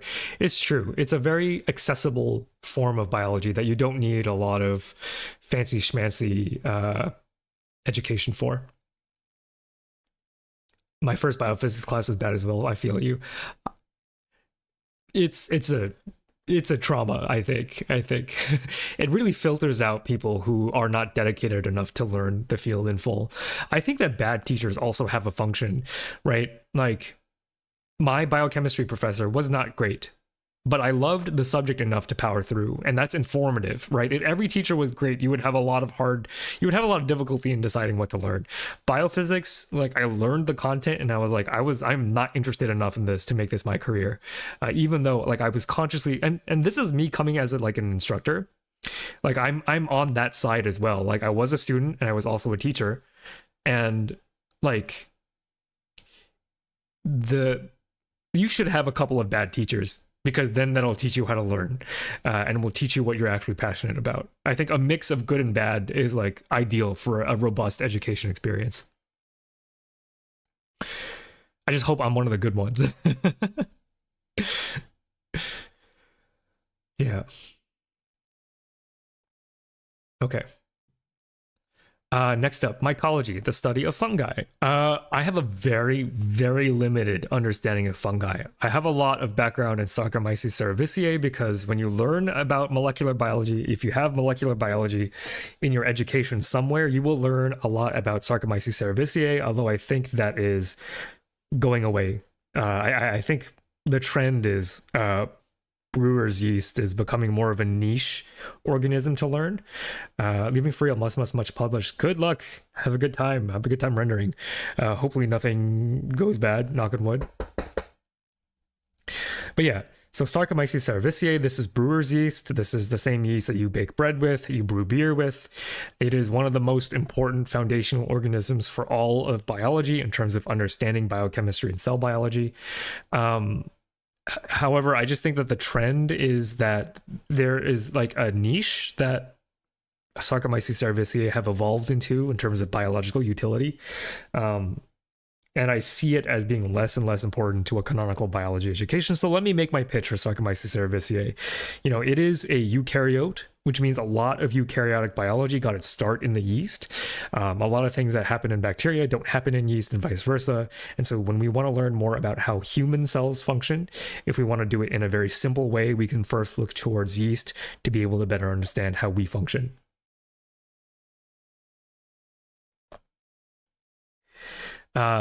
However, Saccharomyces cerevisiae is also the only fungi that I have any experience with. I don't know a whole lot about mushrooms as a whole. I have some exposure because some of my students wanted to do mushroom engineering when I was a biological engineering instructor. So I picked some stuff up so that I could help them along the way, but I don't have a formal education in anything besides brewer's yeast. But they are cool, but they do give me the same kind of plant bio vibe where like alternation of generation really screwed up my understanding of biology, and likewise yeast also do a lot of funky things that I'm uncomfortable with. But I will say that their intersection with prion biology is really, really cool. So even though I don't ever see myself being a mycologist, I think mushrooms are pretty cool. I think fungi are pretty cool. The difference between a fungus and a mushroom, that's also like a weird fungi thing that you have to be aware of, like single-celled yeasts and multicellular clonal mushrooms. I'm sure there's a lot more to learn about mycology. I can see myself putting this up in inspirational at some point, but as of right now, I just think they're kind of cool. No way the neurobiologist didn't do shrooms once. I didn't. I have taken very few substances, mind-altering substances. I think it's because I am so precious over my own plasticity of my brain, because it's a stereotype that neuroscientists have all done LSD because they're experimental and stuff. But the thing is I'm very protective. I like my brain the way it is, and there are reports that even taking one dose of LSD can irrevocably change the way you think. Like there is lasting plasticity changes, and I just don't like that idea of like permanently changing my brain, even if it's for the better, because I feel like I just live like a pretty happy life. That's also why I would never try like weed, for example. A lot of people can have positive interactions with these substances, but for me personally, one of the things that people do say about weed is that it can make you chill, and I don't actually want to be chill. As weird as that is to say, like, to me, that there's like a constant tension and excitement in my life because I am a content creator, because I have this. I fear that if I have that experience, that it will be like sitting down when you've been standing up your entire life. And what if I like never stand up again, right? That's my like paranoia with that. So even though I love the brain, I love thinking about how the brain functions. I did my whole graduate school career in the brain. I actually don't experiment with any of that stuff. And I think it's partly because I am so precious with regards to my own neurobiology. Okay, so what do you all think about mycology? Let me go back and read your thoughts. Wait, 5. What eukaryote is replacing yeast, like ground floor model organism, like metazoan steering the crown? I don't think it's that. It's that like if you want to understand eukaryotes, you can now just do your thing in the organism you most care about, right? Because before CRISPR was like super hot, like if you want to study a mouse, you can study a mouse, right? If you care about mammals, you can just study mammals. At a fundamental foundational level, like if you want to see things that are common to all eukaryotes, you can still do things in yeast, but yeasts are also like funky in their own ways, right?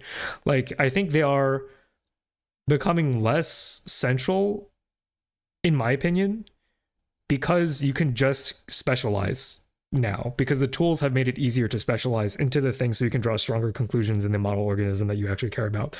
Now, I think yeast bros might be very upset that I said that. Again, I'm not here to be the most palatable person. I'm here to give you my opinion. And I'm not saying that yeast are going to ever disappear. I actually don't think that's true at all. You can still do a lot of interesting and cool things in yeast. It's just that yeast were so dominant in my education, and when I started teaching biology, like I just, I didn't feel the need to talk about yeast anymore. And my colleagues also didn't really feel the need to talk about yeast anymore. It's become more of a niche thing, from my lived experience. Yeah. Talking about accessibility, what would be the least accessible biofield to work in? Might be hard to pinpoint. Anything where you need a crazy machine for. So biophysics, maybe structural biology, all of these cryo EM, although they are getting cheaper. There are some interesting innovations in biotech that have made spectroscopy cheaper. I think historically, like if your university doesn't have like a $5 million microscope, uh, or a spectrometer, like you just can't do like structural stuff. So I think that's probably, from a technical perspective, one of the least accessible fields. At least that's how I will react to that in the moment. Yeah.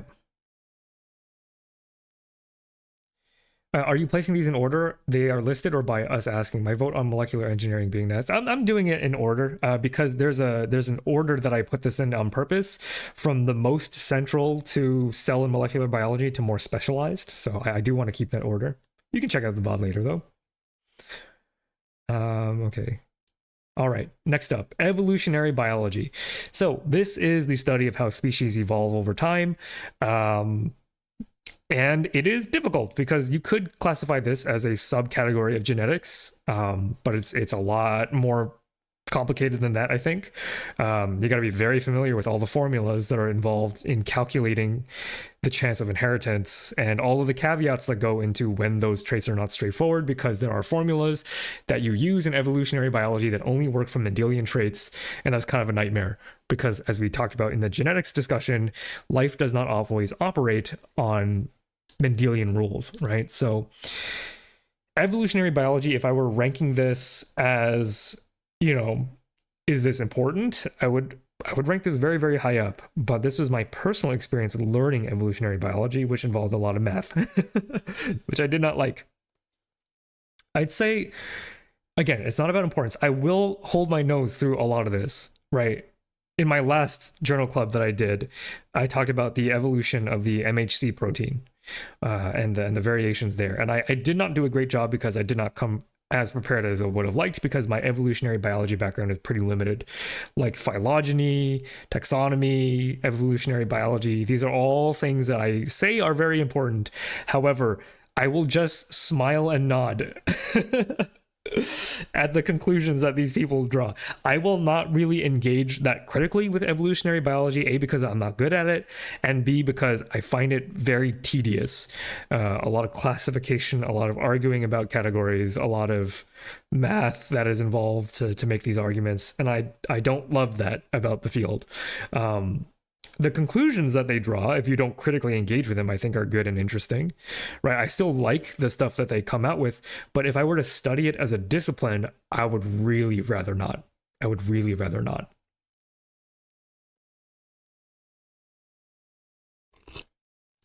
S tier, discovery, evolution ties all biology together. I agree with that.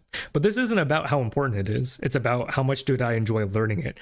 Even if you read Origin of Species by Darwin, it's hard. It's not an easy read. It was meant to be easy for his time, but I challenge anybody to be honest and read that and act like you really understand what's going on, right? Darwin had some ideas about evolution that aren't totally 100% correct about how we understand evolution these days. But he was very useful and very incredible, and I think I enjoyed reading Origin of Species, which I did for my rhetoric minor.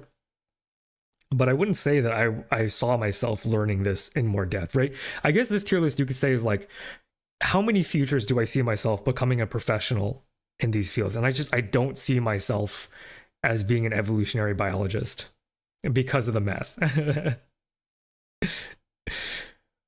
The first evolutionary biology people learn is definitely tedious, but the conclusions that you can come up with are incredible. But if the criteria is the experience learning it, then I agree. Yeah, it's not, for me, the payoff is not fun. The payoff is not grand enough to sit through math. But again, this is my enjoyment tier list.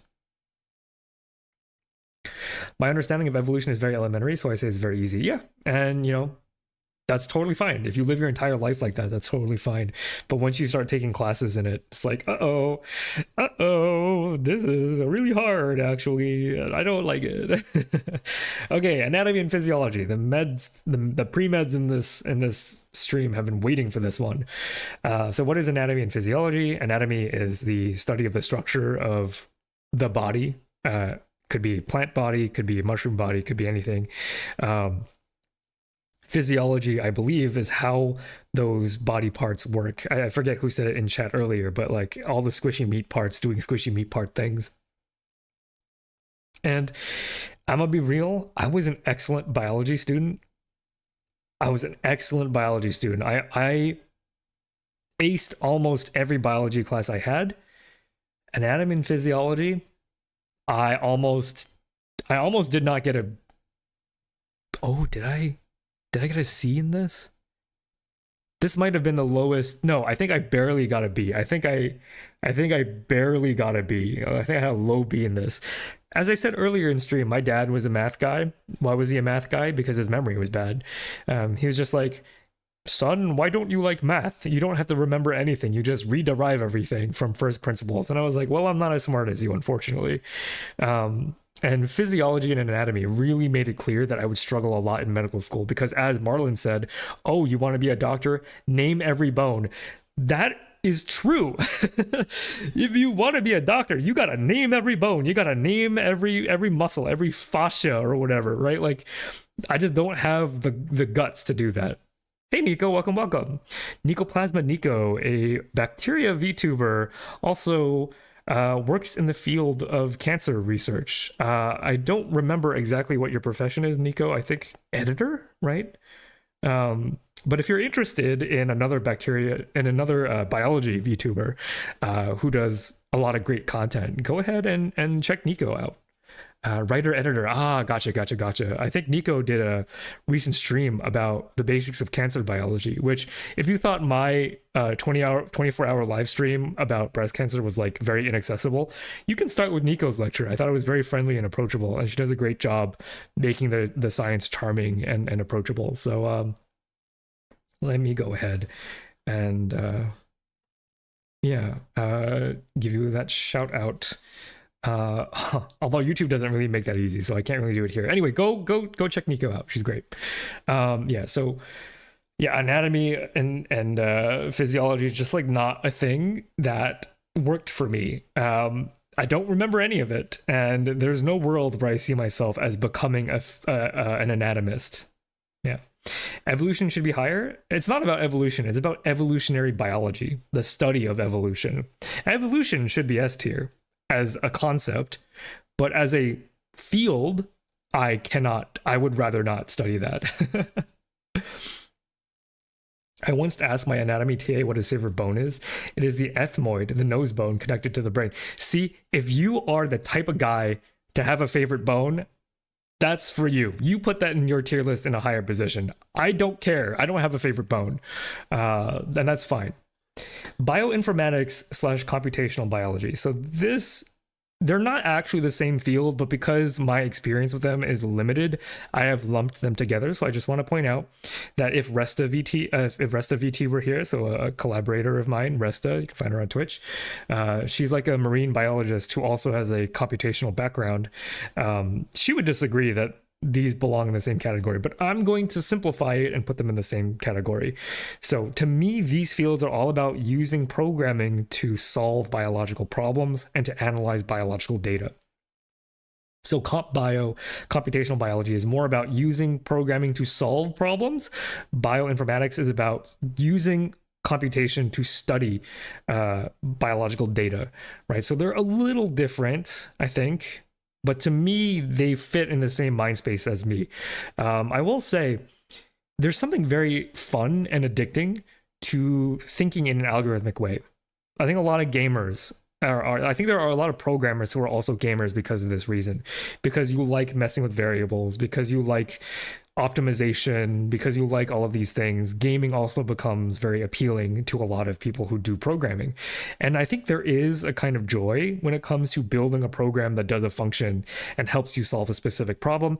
I've used my computational background to solve one or two problems in graduate school, some very niche problems. I built a peptide scrambler. I built a little program that randomizes a certain peptide sequence. So a peptide is a building block of a protein, right? And there was a very specific problem I needed to solve, which was I needed to come up with a scrambled version of a protein that did not accidentally scramble into something useful. So I built a little program that not only scrambled the protein, but it made sure that it didn't have anything useful inside. I basically got rid of any of these small length motifs to make sure that my peptide was as function neutral as it possibly could, and that was a lot of fun. However, I do have to admit I dropped my comp bio class because it's just too hard. It's too hard. I can't see myself doing it as a profession. I tried to take a master's level class while I was an undergraduate in computational biology, and I dropped it after 3 weeks. I just couldn't. It was fun while it lasted, but then it got way too hard, way too fast.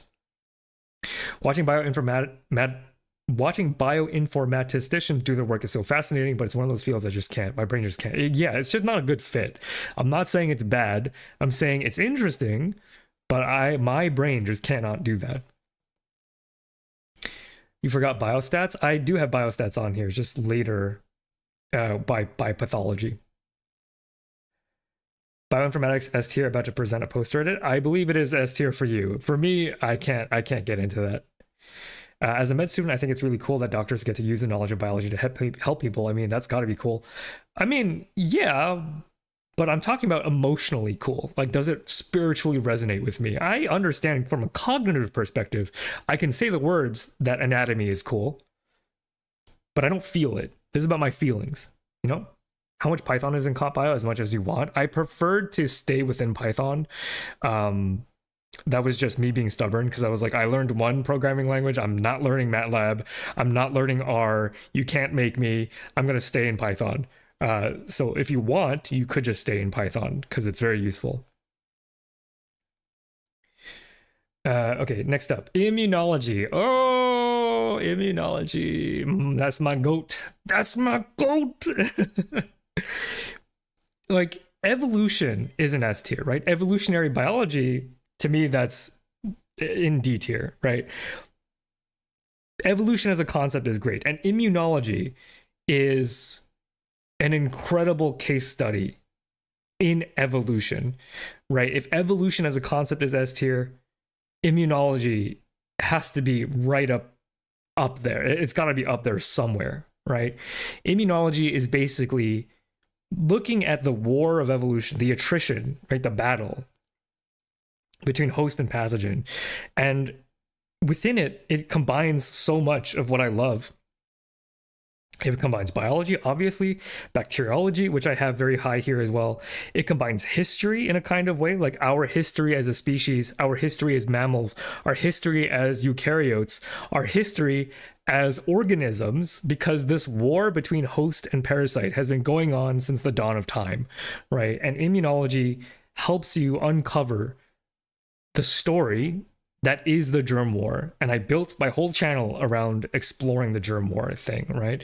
I gotta put immunology as like life-changing. Life-changing is it's the GOAT. It's the GOAT. Physiology is kind of low. Maybe it is too generic of a term, but I found it a lot of information for my model of life. You put it higher on your tier list, right? This is my tier list for my personal enjoyment. And I don't mean to make that sound aggressive, but just to make sure that you understand how I'm ranking these, right? It's not objective.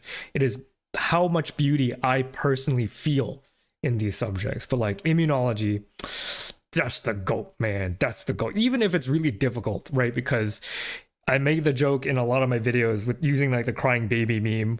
Like, you gotta learn the attack complex. You gotta learn all of these terribly worded IL-34, IL-18, IL-17. You have to learn all these cytokines. You have to learn all these differentiation pathways. You have to learn all these different stories. It is fantastically deep. It is fantastically complicated. And to be honest, I've never taken immunology as a formal subject. All of my immunology knowledge has come from learning it on the fly for this channel.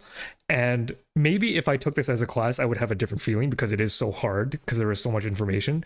But learning immunology for this channel has been one of the most rewarding experiences that I've ever had. So immunology is an easy life-changing thing for me. So good. Immunology probably touches every topic we're going to talk about today. It is pretty centralizing. It's pretty amazing. Have I seen Cells at Work? Cells at Work was the original inspiration for this channel, but not inspiration. That's actually not fair to say, because I had the idea for Phi before Cells at Work came out, and then when Cells at Work came out, it was so good, and then I couldn't do the original animation anymore because I didn't want comparisons between me and Cells at Work. Not to say that I don't want the comparison, but I didn't want to be a strictly inferior version of Cells at Work. So it took me a while to figure out, how can I do this without being just a worse version of Cells at Work? Because for me, it's very important to have a unique artistic voice, and it took me like 3 years or however long the gap between Cells at Work coming out and my channel. It took me that amount of time to realize this is the way I can be in some ways better than Cells at Work, which sounds heretical, right? But what I want to impress upon my audience is that it's okay to talk big about yourself. I don't think I'm categorically better than Cells at Work, but I think there are aspects of my current presentation that Cells at Work does not do. And so I think I have a unique appeal that is separate from Cells at Work. But yeah, the first version of this channel was just that. So of course I've heard about Cells at Work, and I love it to death. It just scooped me out of my original idea. For years, I think that Kierkegaard compliment videos as random proteins that kill bacteria. Now I finally understand them being random proteins that kill bacteria. Yeah, I think so. Have you seen Code Black? Yes, I have. I love Code Black. The frame of T cell crying, spoiler alert for Cells at Work Black, but it is in the body of a much unhealthier person. The frame of the killer T cell crying because it's finally allowed to, because it encounters like an anti-inflammatory, because like it's like the killer T cell is up there. He's causing balding. There's inflammation in the scalp, and part of that reason is that these T cells are just freaking out. They're constantly being inflamed. They're constantly being told to fight, and by taking an anti-inflammatory, the T cell is finally allowed to stop their inflammatory rage. And the frame of that killer T cell crying, this big muscly man finally able to stop fighting, is so spiritually meaningful to me. The analogy of a chronically inflamed cell finally being able to rest is so beautiful. Thank you so much, Raymond, for the gift membership. Thank you so much. That's awesome. Credit where credit is due. You did a better job at showing bacteria being way smaller and sneakier than our gargantuan eukaryotic cells. Yeah, I mean, I still do it. You know, it's still not to scale, but I do want to be a little more realistically useful than Cells at Work. I think the scale is like Clockwork is the most one-to-one education that you can get on YouTube for biochemistry. I'm a little less so. I'm more like a conceptual, big ideas kind of guy. And then Cells at Work takes it even further, where you learn a lot of useful things about human physiology and anatomy, but because it's so metaphorical, you really have to be very careful about how you then reconstruct that in your brain. But yeah, like if you haven't seen Cells at Work Black, it's absolutely amazing. It really, that author or the authors or the creators really have the same philosophical outlook of combining art with science in a way that is emotionally poignant, right? Yeah, the crying T cell is just, that's my favorite frame of any manga, except for one frame in JoJo's Bizarre Adventures. I think it's tied for like, I have such a clear memory of what that panel looks like. Okay. Next up, my second GOAT, maybe neuroscience. So I have neurobiology and neuroscience as separate entries on this list, and I'm going to explain why. Neuroscience is about how our brain is wired and how neurons talk to each other, and how neurons are wired in a way that creates things like consciousness, emotion, cognition, movement, the things that your brain actually does. That's actually different. I'm actually going to do these together. That's actually different than neurobiology. Neurobiology is more about the function of the cells within the brain, which is different. Okay, there's a very interesting line to draw, because in a neuroscience class, you are going to learn a lot of the same things as a neurobiology class, but you're going to focus more on networks. These cell signals to these cells, this pathway is associated with this part of the brain does this. It's a lot more of a systems level experience than neurobiology, which is more about like, this is the neuron. Here is how the neuron trims its synapses. This is how the neuron moves an action potential from its head to its tail. This is how a myelin sheath wraps around a neuron. This is the function of a glia, of an oligodendrocyte, of an astrocyte. This is how garbage collection is done in the brain. This is how immune cells are snuck into the brain. This is, it's biology. Neurobiology is biology. Neuroscience is one conceptual level above neurobiology, where you are now combining this with network systems theory, computation, because that's how you get from biology to something meaningfully resonant about behavior, cognition, memory, etc., etc.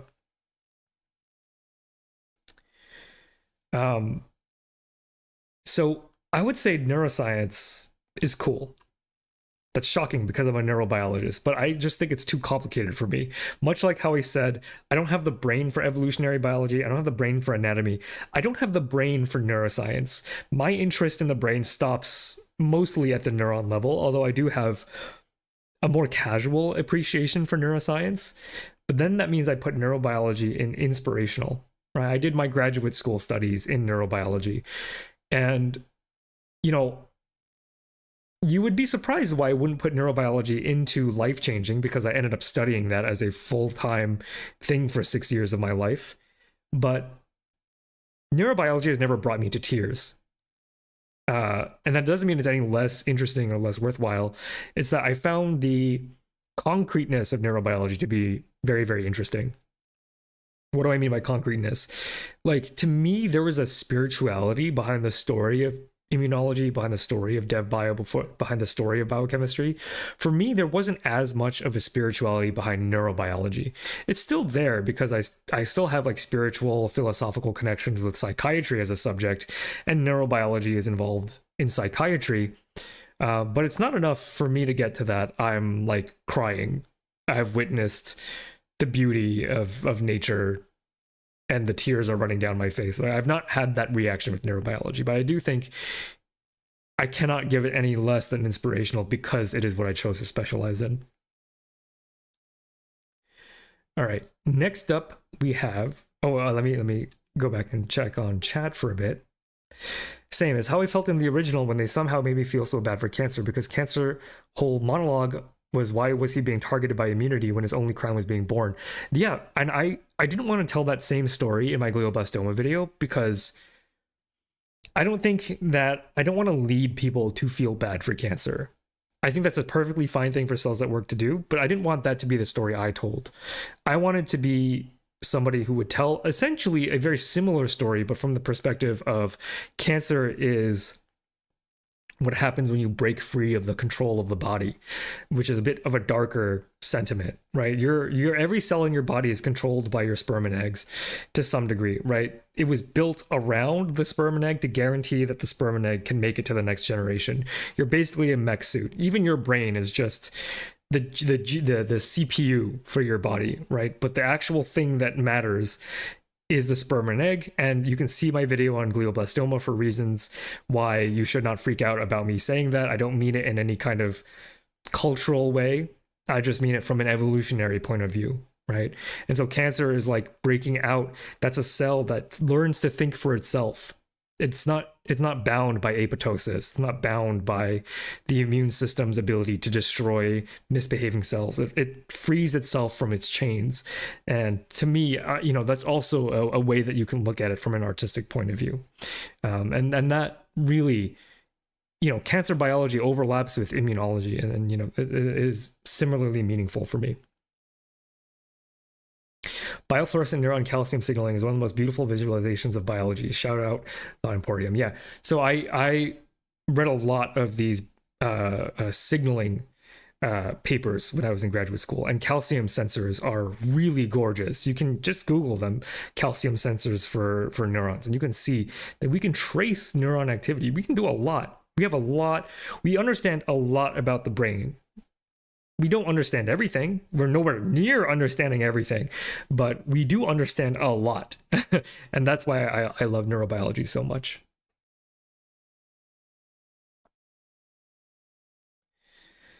Okay, virology, study of viruses, pretty simple to explain. Virology, oh, because the direct comparison that I'm trying to make here is, do I value virology as much as I value bacteriology? Do I ever see myself becoming a virologist? I have to think about that.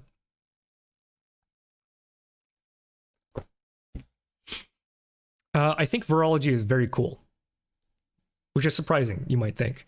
I think virology on its own, the life cycle of a virus, because immunology is what I find to be life-changing, right? The body's response to the virus is the interesting part to me. Of course, the virus has to do something to usurp the immune system, but virology, I show you the parts of virology that I myself find the most interesting. So I don't want you to think, oh, virology isn't as valuable. I'm just showing you my favorite parts of virology. But virology as a field, you have to learn a lot about its life cycle, and I don't really care as much, right? Like, this is a field-wide thing. Like, immunology, I loved reading everything about immunology, even when it was hard. Virology, I can't really say the same from, right? Because in cell biology, everything was hard, but I really enjoyed learning everything, except maybe the Golgi. Bacteriology is very similar. Like, it was a lot, it was hard, but I enjoyed it. Virology, the life cycle of viruses is such a big part of virology, and I don't care about that. So I can't, in good conscience, put that in inspirational. I will leave it as cool. Just got here. Why is evolutionary biology so low? I think it's so cool. Evolution is S tier. The whole field dedicated to studying how evolution functions at a nitty-gritty detail, that's the part where I would rather not. When you get into the nitty-gritty math involved and statistics of evolutionary biology, my personal taste is I would prefer not to, but I will read it if I have to deeper understand a topic that I actually do care about. So that's why Evo Bio is so low. I just think about the Tumblr post that basically says, when I'm sick with a bacteria, I can blame a little guy, but viruses is just getting beat up by a shape, by geometry. It's kind of true. Okay, cancer biology. Cancer biology. I don't know if Nico's still around, but cancer biology. Cancer biology is quite unique. It's not really hard to find, because you could call cancer biology as a subset of cell biology. I think that's okay. But I think it's different enough, and I've done enough research into cancer biology for me to feel comfortable with assessing cancer biology as a whole. And I will say that it's cool. It's cool. Just like virology, there's a lot about cancer biology that is very cool. There's also a lot about cancer biology that puts me to sleep. And it is because there's a lot of cancer biology that is so genetics heavy, like GWAS heavy, genomics, right? Because here in inspirational, I have genetics, which is still true. Genomics, which I don't have here, genomics is big data genetics, essentially. And because there is so much genomics in cancer biology, that stuff makes me very sleepy. So I think cancer biology is very cool, but I also wouldn't say it's inspirational because I could never see myself being inspired to do cancer biology as a profession, because cancer biology makes me so sad. Is cancer biology different from oncology? I think it depends on who you ask, because oncology is a term that is more used in the medical setting. So it is used more in the context of disease than it is the pure biology of the tumor itself. So cancer biology, it is so genomics heavy sometimes, and those parts I cannot be like, well, I enjoyed learning about it anyway. No, in cancer biology, there are definitely things that I don't like learning about that you just have to, and part of that is like people dying, and I don't want to do that, right? Because the difference is that in virology and bacteriology, there's so much there where you don't always have to look at the rate by which people die of diseases. Whereas in cancer, because our primary thing that we want to do is like to fix it, I have encountered a lot of patient data where sometimes it's pediatric data where people don't survive these trials, and to me it's like brutal. Whereas like when you study, for example, rabies, it's you get a similar experience where it's like these patients survived, these patients didn't. But like if you're studying the basic biology of rabies, you don't typically encounter that quite as often, in my experience. Thank you so much for joining membership, Punto. Welcome. Cancer is just hard to watch. It's like seeing a whole body slowly succumb to what was once a tiny cell not wanting to die. I think I take, that analogy I made of like cancer being the thing that escapes the rules. There's a lot of spirituality in that statement, but I just can't see myself doing it because it is so sad. People say like, well, cancer is not any more of a gruesome way to die than rabies is. The difference is that rabies is mostly solved. That doesn't mean we take the gas pedal off. It's solved because there's a lot of institutions and money that goes into keeping rabies low, and a lot of technology that enables it so that most people who exist on planet Earth will never encounter the rabies virus. So the magnitude is different. It's not categorically different. I agree with that. It's not any less gruesome to die from cancer as it is to die from rabies. It's just the magnitude of human suffering is completely different, right? You will either have cancer or you will know somebody with cancer. The goal of cancer research is you will at one point know nobody who died from cancer. That is the goal. But you will or you will know somebody. That is just the truth. And that's a truth that makes cancer bio very hard to swallow. I've never met anybody with cancer. Statistically, you will. You may not have lived long enough to have that be your reality, although you should consider yourself quite lucky if that is the case. Okay, plant biology. So here I'm combining botany, I'm combining agriculture, horticulture. I don't have a robust background in plant biology, but if you are doing biology and it's inside a plant, that's what I'm classifying it as. You can tell that I don't have a background in it because of how lame I am at explaining it. And just again, because I know a lot of people love plants, okay? I'm not saying plants are uninteresting. I'm saying that in my education experience, I was not inspired to learn plants at a deeper level, and I'm not actually blaming the instructor, and I'm also not blaming the subject. Okay, I'm gonna put plant biology in all right, and here is why: because I was so into eukaryotes because I wanted to do medicine that the fact that plants broke all the rules really made me mad, and I've been mad ever since. Plant bio, as a cell molecular biologist whose primary motivator was to become a doctor and do stuff that was very directly relevant for human health. That's not to say that plant biology is not relevant for human health. It is also relevant to human health.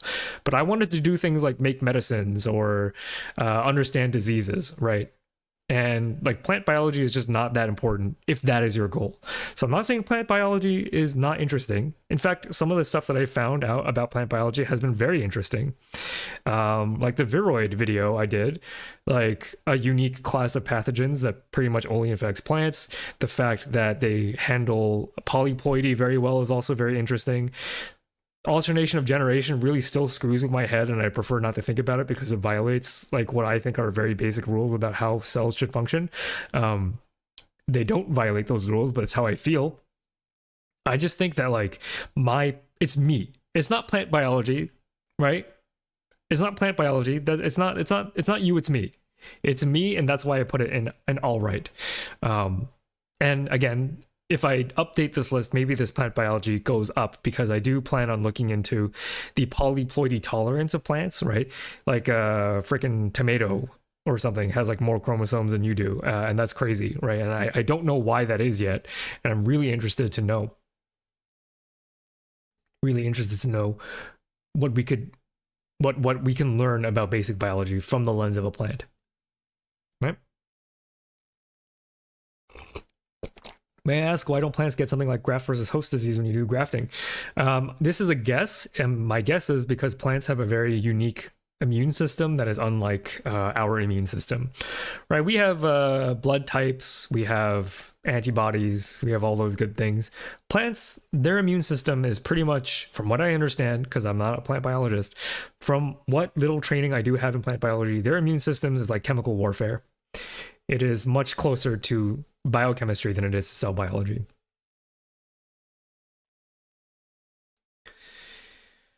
I love that there are some with an uneven number of chromosomes, like 5 ploid. That's interesting. Never heard of that. Is pharmacology part of this category? I don't have any experience with the pharmacology, so you could consider it a subdiscipline of biochem or like a baby of biochem and physiology, but I don't know enough about pharma to put it on this list. Can I give an example of what you mean by that? Not really. Probably my best guess is that when the plant detects damage, there's a genetic pathway that releases some chemical that tries to fix that damage, right? That's like a very, I don't want to say typical. That's one way that you can look at plant plant. But yeah, I'm bad at plants. Is it surprising? I'm bad at plants. I'm stumbling over my words because I am in fact very bad at plants. But if you want to get good at plants, NEP is a member of VTherum. Let me go shout VTherum out. A group of VTubers that I am a part of, and NEP's focus is on plants. So even though I'm rating plants low, NEP would rate plants very, very high. Okay. All right. What do we have next? Structural biology. So structural biology is the study of biomolecule assemblies. That is how proteins, how do they look like? How do they form? Clockwork does a bunch of structural biology, not like research, but he portrays the labor, the fruits of the labor of the structural biologist. You know, if you ever wondered how people found out what DNA looked like, that's structural biology. How do these proteins look like? Structural biology. It overlaps with biochem, sure, but, you know, overlaps with physics as well. But structural biology, I'm going to define strictly as what do you need to do to be able to find a molecule of this particular, a model of this particular molecule. And for me, that's all under structural biology. And to me, structural biology, I have had a great respect for. Hard as all heck. I'm putting it in all right. One of the things that we had to do in graduate school was to take the photo 57 or whatever, like Dr. Rosalind Franklin's X-ray crystallography image, and then engineer the steps that you need to go from that picture back to DNA. Like we had to do all those steps, and I just like never learned it. I was just like on my final exam studying for it. I'm like, I know that this is a possibility that I could be asked to reconstruct the structure of DNA from this photo. And I'm just gonna hope that I do well enough on the rest of this exam for it to not matter. And indeed, that question was on my final exam. I did not know how to do it. I did well enough on everything else for it to not matter. So structural biology, really hard. I have so much respect for structural biologists because when you hear them talk, it's like spin and energize and levels and you know rotation and Ramachandran plot. And I'm like, oh yeah, I've heard some of these words before. They talk in a completely different language that I vaguely understand. They're like wizards to me. I've said this multiple times on stream. Structural biologists are essentially wizards. So I'm gonna put them in all right. I think it is cool, but I'm demoting it to all right because of how it's just not very accessible to me. It is not accessible to me.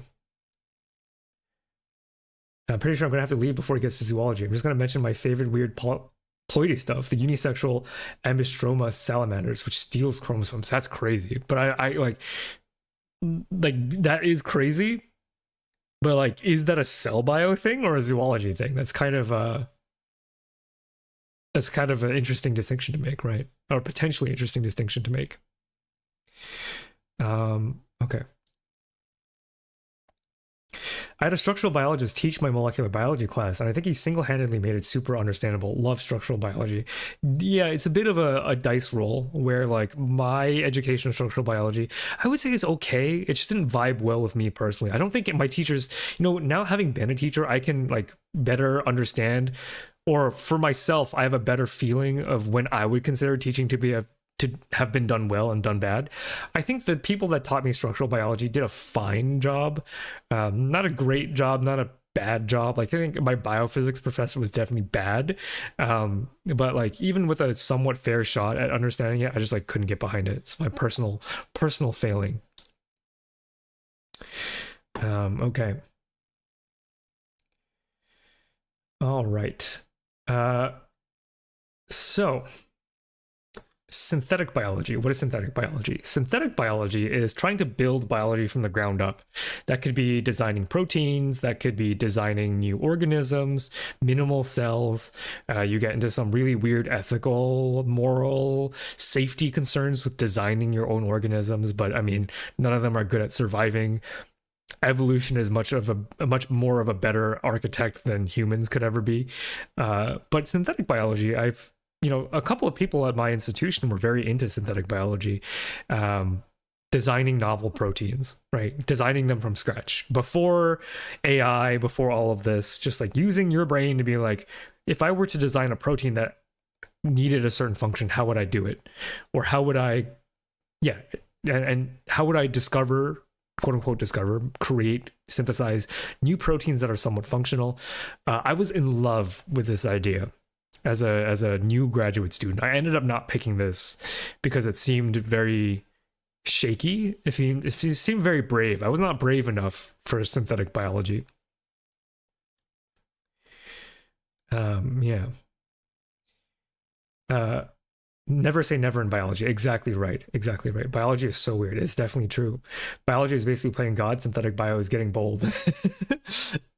It is really getting bold, and I'm not going to say that I approve of everything happening in the synth bio space, but for example, my interaction with synth bio happened in like the minimal organism space. Like, what do you need for just a thing to do the basic things of life? As you can see, there's some influence of that in my abiogenesis video where I chose to talk about minimal organisms. Or I chose to talk about it a little bit, right? The 42 gene thing, that's not really a minimal organism. It doesn't live, right? It just replicates, but I think there's a finite ability for it to replicate. It does some lipid synthesis and replicates, but it's not true life. A true minimal organism, I think you need at least 500 genes or something like that. In synth bio, a lot of it is like, how do we get away? Like, what is the basic building block that underlies all of life? What is the minimal amount of stuff that you need? Which I think is very, very cool. And the design and discovery of new proteins was also really cool. Historically, it was a very inspirational field for me. Like, I would have put this there if you had asked me, oh my gosh, like a decade ago. But now I'm actually demoting synth bio to, it's all right. It's all right. It doesn't fulfill the same spiritual needs as I once had. Now I just think it's kind of cool, and I've kind of moved beyond synth bio in my personal tastes landscape, I guess you could say. Yeah. I'd love to hear your favorite definition of life. Any definition I could come up with is flawed. I've been very careful to say that, these definitions are based on how useful they are. And I think a useful definition of life is just something that self-replicates sustainably given a permissive environment, right? So I had an interesting question the other day, like those transmissible cancers that transfer from one species to the other, are they considered living because they can live outside the body? I'm like, I don't know. If you want to define them as that, that's fine by me. If you ask me, I think that's okay. Because what are we? What makes us different than a transmissible cancer? A transmissible cancer still needs a permissive environment. If you just dump it on the ground, it's gonna die. It still needs connection to nutrients and stuff like that, just like we do. So I think it's like just so not worth splitting hairs over what the definition of life is. But for me, that is one useful way for us to differentiate ourselves from like a rock, right? Just one potential way. Is there virus alive? Then go watch my video on giant viruses, and also go watch my video on teeny tiny viruses if you haven't already, because I've gone over those arguments a lot in those two videos, and they're also really great videos. Genomics different than genetics. Yeah. I forgot to put genomics on here, but if I did, I'd put it in all right, because big numbers, very hard for me. Biological engineering. This is not really a science the same way that these other ones are, because all of these other ones end in ology in some way. Biological engineering is an engineering discipline, and it is where a human researcher with intention uses the tools of biology to solve some sort of problem. So you could, this often gets asked because it is such a poorly defined subject. People have a hard time understanding what this actually means. So I think the only way to do it is to give you some examples. So you could do biological engineering in the context of environmental waste cleanup, which is something that I'm quite particularly interested in, right? If you can engineer, for example, a yeast to eat arsenic, remove it from the groundwater, a yeast doesn't do that naturally, but if you can engineer a yeast to do that, that's environmental. That's like a biological engineering, one version of it, right? You could engineer like a bacteria to eat microplastics, right? That's something that a lot of Gen Z students are really interested in, because that is becoming more popular of a subject to discuss, right?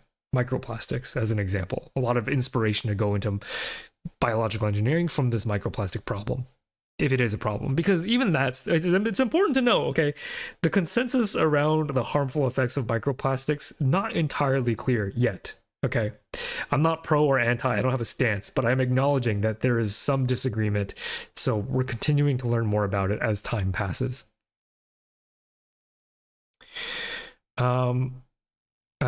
What else is there in biological engineering? You can make medical devices, right? Biological engineering, making technology for the interfacing with biology. So medical devices like microchip devices where you can screen quickly for a disease of some kind, a biomarker of some kind. Like if you want to get into biological engineering and you don't want to do like microbio stuff, you could, for example, make a chip that has it's topical now, hantavirus antigen binding thing. And then if you want to have a very quick answer for, is this patient infected with hantavirus, you could, if you want to, if there is demand for a device that gives you a diagnosis very quickly, you could make a chip that gives you a readout within minutes versus PCR, which might take a day or two. And when we're talking about trying to contain an infection, the difference between, something becoming a big deal and something not becoming a big deal might be time, right? So making sure diagnostics are faster, that's a part of biological engineering. That's a very cool area of biological engineering. What else is there? Sensors in general, right? Not just diagnostics, but sensors. Say, for example, you want a cheap way to detect pollution. And if you go down the chemistry route, chemistry is actually kind of expensive because you need all these factories and stuff. But biology is very cheap. It's very cheap to have yeast just eat some sugar and grow. What chemistry can do, biology can do a lot cheaper a lot of the time, right? That's not to say there isn't a place for chemistry, but as a biologist, can you blame me for having such an optimistic outlook for biology? Right? I believe biology will save the world. Climate change, cancer, disease. If we pour enough interest, engineering into the power of life, speaking as a life science person myself, I just think there's going to be incredible returns on that, right? If you want to clean up an oil spill, engineer a microbe, engineer a marine microbe to eat up oil, digest it, capture carbon, improve, what is it? The plant thing, Rubisco, the carbon fixation enzyme, right? If you want to tackle climate change and CO2 accumulation in the atmosphere, biological engineering is the way, right? Engineer that Rubisco, try to make it better. A lot of people have failed, but maybe you could be the one, yeah.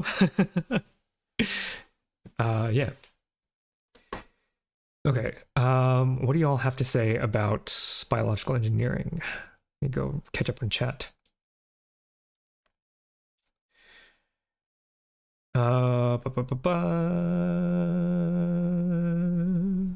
Are synthetic tissue / organs a part of biological engineering? I would say so. The COVID tests were an example of this, right? I would also include COVID tests there. Yeah. Logic gated T cells. Yeah. If you want to engineer CAR T cells, chimeric antigen receptor T cells, which is the new and hot technology for cancer treatments, that was done with biological engineering. You engineer your T cells. Okay, so if you have cancer, one expensive option for treatment that you have, it is expensive because there's a lot of engineering and materials and expertise involved, but one way that you could get treatment is the researchers will draw a blood sample, take your T cells that are responsible for killing cancer and engineer them to recognize the specific cancer that you have. That way, when they reintroduce those T cells are educated, they can blow up that cancer. Incredible advancement in cancer breaking technology, courtesy of the people from biological engineering. So cool. So cool. Fix the insulin shortage? Yeah. You can engineer organisms to do that too, right? Algal cells that consumes CO2 that stops global warming. Yeah, you could try that too. There's so much potential in this field, right? So I'm for engineering biology ethically. Yeah. That goes without saying. If you know anything about me, as I talk about philosophy all the time, within philosophy is ethics, morals, etc. The people that I know are doing it right. Like the people I know personally, I mean. Yeah. Okay. So where do I put biological engineering? This is actually really interesting for me because when I was an undergraduate, I would have probably put this in I would rather not, because I viewed myself as such a purist, right? I was young, right? I was young and foolish and narrow-minded, and I only wanted to do science. I viewed science as the purest pursuit of knowledge. But then I got a job teaching engineering, which is weird because I'm not an engineer. But I got a job teaching an intro class for engineering, right? Like, I'm the art teacher that teaches you the first time what perspective is, what color theory is. I'm not Michelangelo, right? So you don't need Michelangelo to teach you Biology 101. So I taught biology to engineers, which meant I had to learn engineering myself. And I have to say, I would have put this in D tier, but having witnessed the ingenuity of humanity, like there's beauty in seeing how clever your fellow human can be. So if you are like me and you have this stubborn, like, oh, science is the best, engineering is an impure discipline, let me reframe it as engineering, you get to observe the peak ability of human brilliance, cleverness, right? If you value like gaming, I keep on going back to gaming, but like if you follow a pro player like Faker, for League, if you get freaking nerdy about all the interesting, smart things that Faker does during a game, then biological engineering can be for you too, because you're essentially watching Fakers solve problems that plague humanity, pollution, cancer, disease, etc. So I actually think that biological engineering upgraded from D, this is a huge swing, up into inspirational, not life-changing. I don't think I could ever do biological engineering as a job, but it is inspirational enough that I bump it up from cool. Like, it was really meaningful the couple of years I got to teach biological engineering, because it exposed me to so much beauty that I did not know I could see, because I viewed humanity to be kind of impure. Again, I was young and stupid and had a very stubborn way of looking at things. So engineering really opened my mind to viewing beauty in a different lens. And I really appreciated that about my experience. Yeah. Yeah.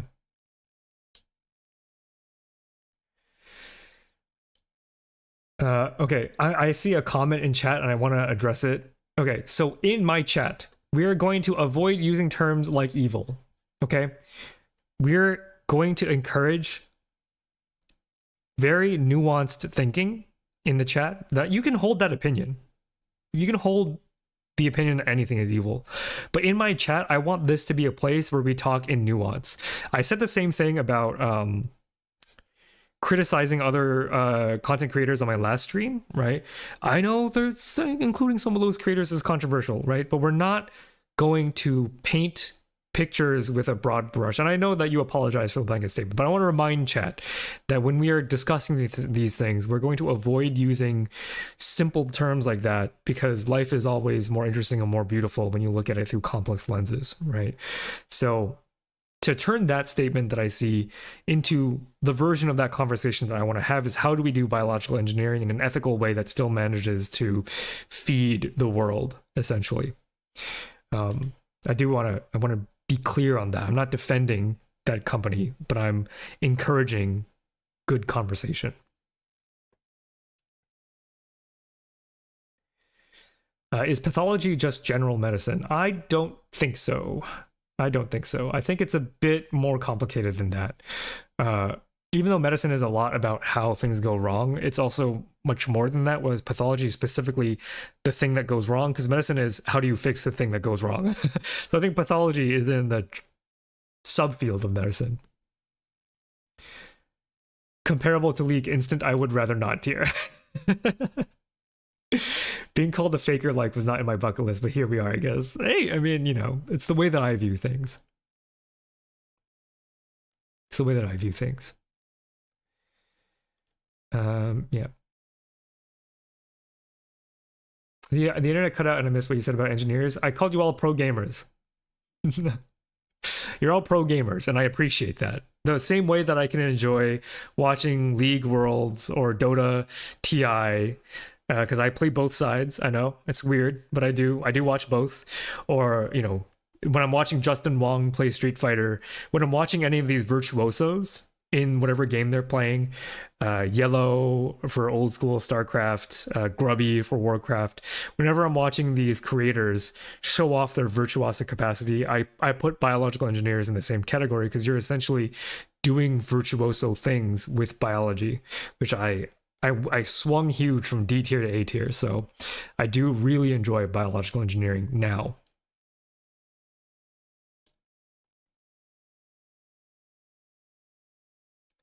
Are all academics are gamers in the making? I think we're all analysts in the making. I think the engineers are the gamers, but the analysts, I think, are academics in general.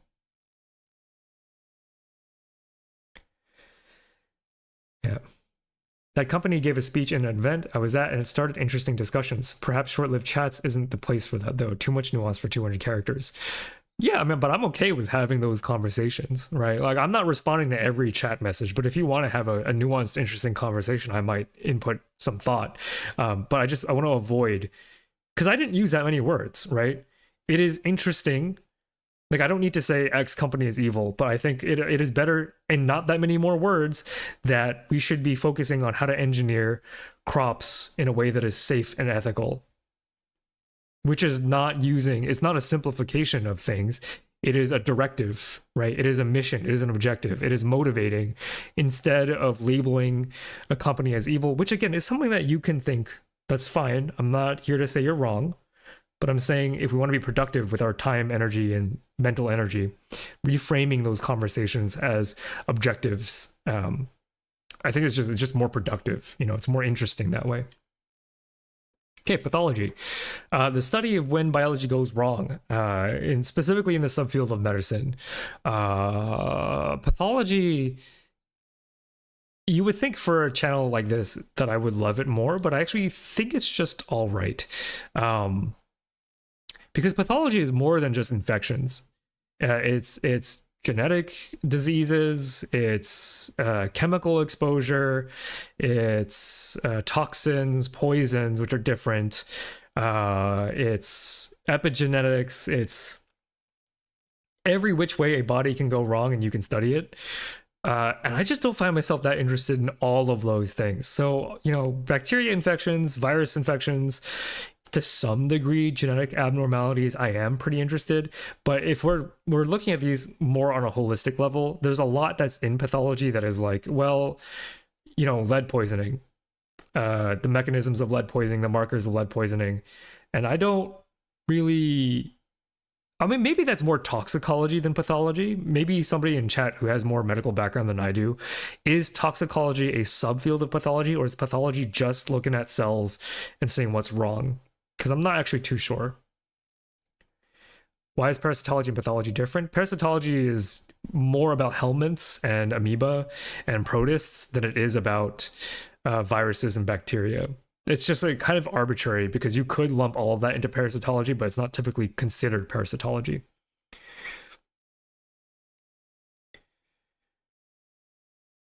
Yeah.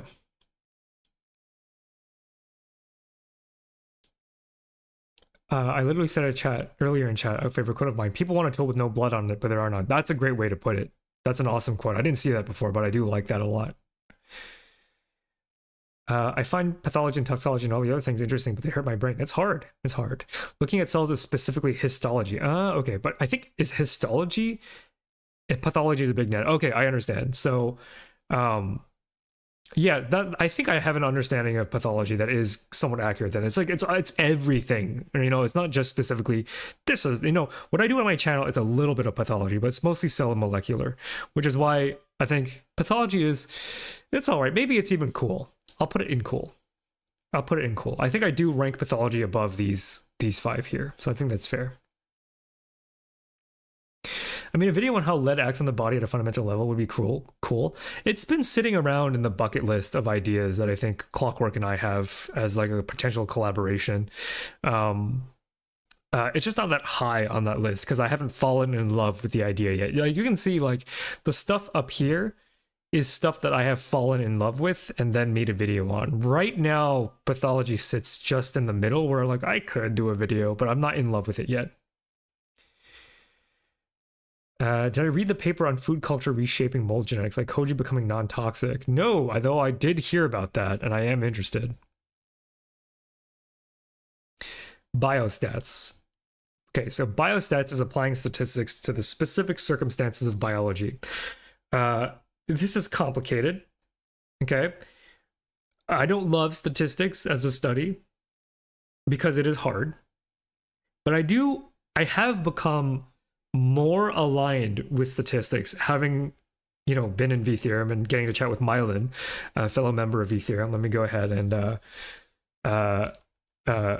give them a shout out. Toxicology is considered a branch within pathology. Okay, great. Yeah, so I can make those general conclusions then. Like pathology is everything that could go wrong, and then you look at it under a microscope. And not everything that goes wrong is that interesting to me right now. Okay, so yeah, I don't love statistics. I found it to be very difficult. But after talking to Mylan, who is an instructor for statistics and psychology, my appreciation for statistics has deepened by a lot. Okay, I would put this in D tier if I were 10 years younger. I would put it in D tier. I would. However, I have had a much better understanding of why I initially did not like statistics when I was young. Because statistics when I was young felt like, okay, these are these rules, and if you don't do them, then your science is bad. And talking to Mylan, I have a much better appreciation for the fact that statistics is, I say this multiple times on every stream where this is relevant, statistics is like number philosophy. And I don't think that would offend statisticians, right? I think it is important, actually, that we view statistics as number philosophy. Why? Because it gives you an understanding of the purpose of statistics. The purpose of statistics is not actually to say this is right and this is wrong.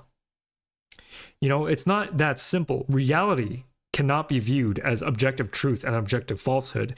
And when I was young, I thought statistics was objective. This is right, this is wrong. But as humans, we cannot. You know, we aren't God beings. We cannot say what is true and what is false. We can only say what is likely and what is unlikely. And statistics is more about argumentation, about determining how likely it is for something to be true, how likely it is for something to be false. So it overlaps a lot with probability, which is technically different than statistics. And I think it's made me more friendly to the field of statistics to view it in that way, because now there's a whole bunch of nuance. Because before I was like, okay, if P is greater than 0.05, then you throw the whole study out as garbage. And that's a very bad way to view nuance and complexity. Now, when you're writing a paper, you should never say this approaches significance if your value is greater than P 0.05, because then you're sticking your fingers where they shouldn't be. You're not being entirely objective in your paper writing. But I do think that scientists and the public need to think about statistics more as argumentation and viewing truth as a series of not as a series of black and whites, but as a spectrum of grays. If you watched my abiogenesis video, you should be very familiar with this argument. Reality is not true or false. It's not black or white. It's not 0 or 1. It is more likely. It is less likely. And statistics is about a system that you can implement to understand those shades of gray. And even within statistics, there is not an objective truth, because here's the Reddit opinion, okay? The Reddit opinion is statistics is absolute. P is not less than 0.05. This whole paper is bunk. That's the Reddit tier understanding. That's you took one stats class and you didn't think about it in any deeper level than that. That's the Reddit take. You get to dunk on paper. You get to pretend like you're smarter than scientists by criticizing their statistics when you don't really understand the purpose of statistics.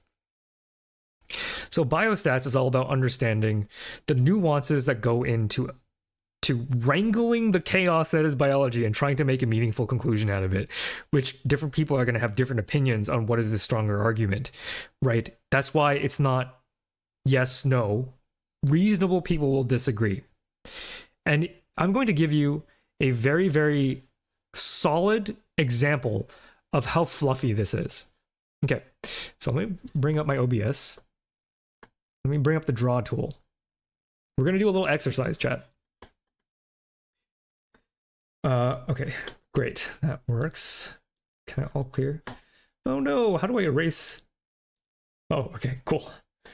Okay, say we have drug 1. Whoops. So we have drug 1, we have drug 2, and drug 1 and drug 2, or rather, drug 2 is like placebo. Okay, let's erase this again. We have drug, and then we have placebo.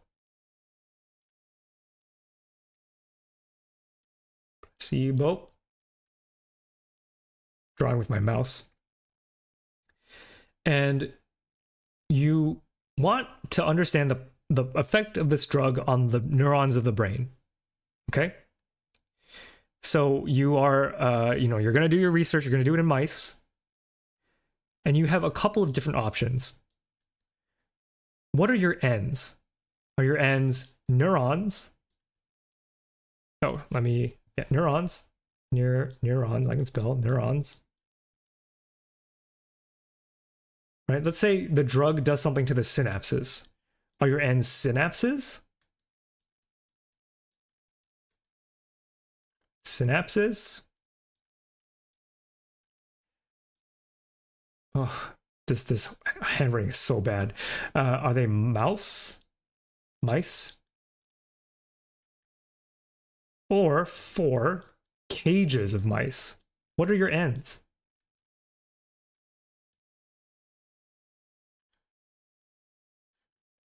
What are your ends? If you were doing a project and you have to design your experiment, what would your ends be? Neurons? I'll do the whole question out in chat while you think about this. You are testing the effect of a drug on the brain of the synapses of the neuron of the brain. What would your ends be?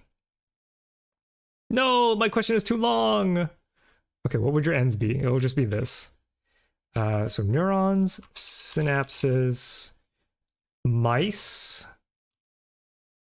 or cages of mice? Which do you think is the most appropriate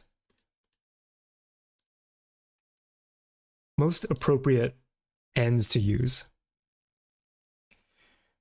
It's an interesting problem, I would think. I think this is a pretty interesting problem.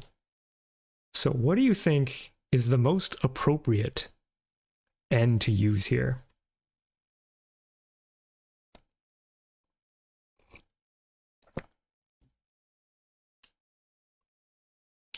What is the most appropriate end? And think about why. And think about why.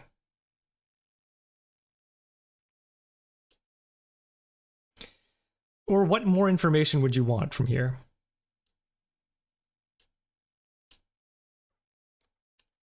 Why is evolutionary biology at the bottom? Evolution is S tier. Evolutionary biology as a field all onto itself. Could I be a professional evolutionary biologist? I don't think so. Field's too hard, abstract, and complicated for me. It's more about the impact it has had on my life as a field and not about like learning about evolution. Because like, you know, you learn about Darwin, you learn about inheritance, you learn about genetics. That's all S tier, very meaningful, very spiritual, very interesting. The mechanics of evolutionary biology, I don't think I could rank higher than D. Studying oncology, I used to look down research that wouldn't cure cancer by solving all these three at once: heterogeneity, cancer-like metastasis, and the tumor microenvironment. But biostats changed that for me. Extending a cancer patient's life by even 1 year or improving 5-year non-reoccurrence by 5% is still life. Yes, to me, on a spiritual level, anything that you can do to help people be with their loved ones for longer is like meaningful. The handwriting and hand transparent red mark makes it look like a ransom note. That's kind of true.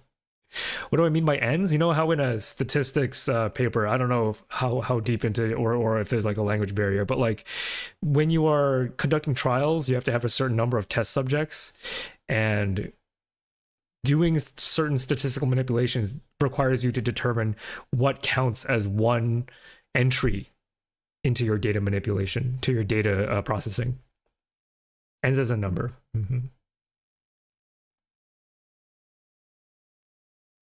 If the drugs works on neurons of a neuron of a mouse, it would probably affect most neurons of that mouse. Think counting mice prevents overfitting of a freak mouse. I'm not sure my answer though. The potential statistics rigor depends on the biological tools used to measure. Sample size. Yes, sample size. That's yeah. Mice makes sense because we need to study the effects of the organism as a whole. Yeah, okay. We have a lot of disagreement, actually. We have a lot of disagreement. So 53% of people say mice, 20% say synapses, some people say cages of mice, some people say neurons, which is correct. Depends. I did not actually give you enough information to be able to make that configuration for yourself. This is a trick question. I don't try to do these very often because it sucks getting a trick question, but I think that this is an important nuance where different experiments are going to want to classify their sample size differently. For example, and this is just one example. Here's a nuance that you might not realize, that in a cage of mice, you have a lot of homogeneity within genetics, right? The litter that a mom and dad mouse give birth to, they are not independent mice. Why? Why would it be problematic to count every individual mouse in a cage as different ends instead of the whole cage? The lab mice are pretty inbred. So if you take 5 mice from a cage and they all agree, they do the exact same thing, you put the drug on and their biology varies very little. At the end of the day, you say, okay, this drug does this to the neurons, and the effect is very big, and the effect is very consistent. And you pat yourself on the back because you're N of 5, the data look good, the error bars are small. But here's the problem. All of those mice in the cage are almost the same mouse. If you think that the error bars are small and that is meaningful because your mice are inbred, like, not everybody would agree with that. So there's a different level of power that you get by averaging those 5 mice into a cage. And then you compare cages. then you could argue that cage is better. But is it better? Is it actually better? Sometimes you actually want to compare things between individual mice of the exact same genetic background, right? Chat, do you get why that is confounding? Why that is confusing? Why there's not a strict right answer for every case? Although it's almost never synapses. Usually it's neurons if you want to go that deep, but if you do it at that scale, everything will be significant because your n's will be so big. As n approaches infinity, significance approaches 0 in terms of the difference between two population sizes, right? So if you're comparing 500 synapses, every difference is going to be significant because you have 500 synapses you're comparing. And of course, there's going to be some difference. Whether or not that difference is meaningful is a statistics argument. So this level of understanding of statistics, I really got only after chatting with Myelin a lot. Like, it revealed to me that this in itself is philosophy, and I like philosophy. I don't mind arguing about philosophy.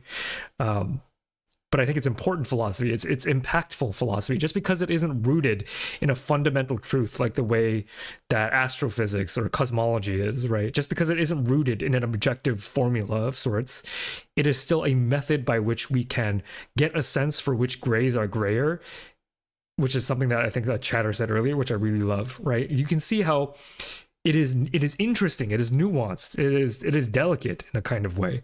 And I could never see myself doing this as a career. I don't love it that much, but I will say it's kind of cool. I don't know, it's kind of cool. I think the philosophy behind it is kind of cool. Yeah, type 1 versus type 2 error. Yeah, exactly. An N of 5 is not a good sample size. Here's the thing. An N of 5 can be okay. Okay? It's also, like, I'm not calling you out specifically. I'm calling out all of Reddit, because when Reddit sees a single-sized sample size, they automatically go, okay, study must be garbage. When it's like, every paper is going to have problems, and we have to understand why an N of 5 was used. And we have to take it into that context. A mouse is very expensive compared to a batch of E. coli, for example. And you don't want your N's to be too high because you don't want to be unnecessarily wasteful with animal lives. Or at least in America, we're encouraged to not use more than we need. And so how do you determine whether or not an N of 5 is sufficient? Well, there's something that you can do called a power effect, where you do a couple of experiments first, and the power formula allows you to estimate the number of N's that you actually need. You do that calculation, and then you do that experiment, and you record what your power function gives you so that you don't use more. So if I do 3 trials of a thing, and my power analysis says that I only need 5 for a certain amount of statistical power, I'm going to do 5. And if I don't see an effect, oh well, I shrug my shoulders. The problem with Reddit is that Reddit will see a science study, go, oh, this was an N of 5. That means this science is bad. And it's like, okay, 5 feels kind of low. That's true, but you have to look deeper. What was their power like? Like, did they mention a power? If they didn't mention a power, you could criticize them for not being transparent about their power calculations. Like, that is fine. But just looking at a low N is like one of my pet peeves when it comes to statistics. There's a formula that gives you an amount of explanatory power, and we need to think about statistics as argument instead. So there's not like, yeah, is 5N, does that inspire courage in me? Not really, but I'm also not discounting anything based off of an N of 5. And you might have that understanding, Freya. So I'm not calling you out. I'm just using your comment as a soapbox to talk about bad Reddit takes on our science. You get like p hacking and stuff. Yeah. Avoiding p hacking is also very important. And part of data manipulation is part of avoiding data manipulation is doing a responsible power for calculation. You don't want to just do N's until you have a significant finding, because that's also bad. Because again, I said, if you're comparing 500 synapses in group A to 500 synapses in group B, the effect is going to be significant because that's just how math works. The difference is real. That's what the statistics tells you, but it doesn't tell you if the difference is meaningful. That's what the context is about. Yeah. I like how the rating tiers look like a normal distribution. I'm trying very consciously to make it normal because that's how I think tiers should be. I think if you want to make the meaning behind the tier actually useful, it should be forced and it should be fit into about a normal distribution. I love how much you clearly use Reddit and simultaneously disdain Reddit. I hate what I have become, right? It's about the mirror. Is I see myself in these Redditors because I was that Redditor. You know, when I was younger, I used to criticize psychology and sociology as being soft sciences with no statistical rigor. And I didn't know a lot about statistics at the time, so of course I had that opinion because elites in the field will project a sort of haughtiness to them, right? And I picked up that haughtiness, that better than thou attitude towards these other studies, which is why, like, if you're an academic, there's a very high chance that I appreciate what you do. So like, I'm still on Reddit, but I do recognize that there are elements of other people that I see in myself that I have since dealt with. But since I see them in Redditors, I just can't help but like, this freaking guy, dude, makes me so mad because I used to be exactly like that. And I am better now. And the frustration is that they are not better now.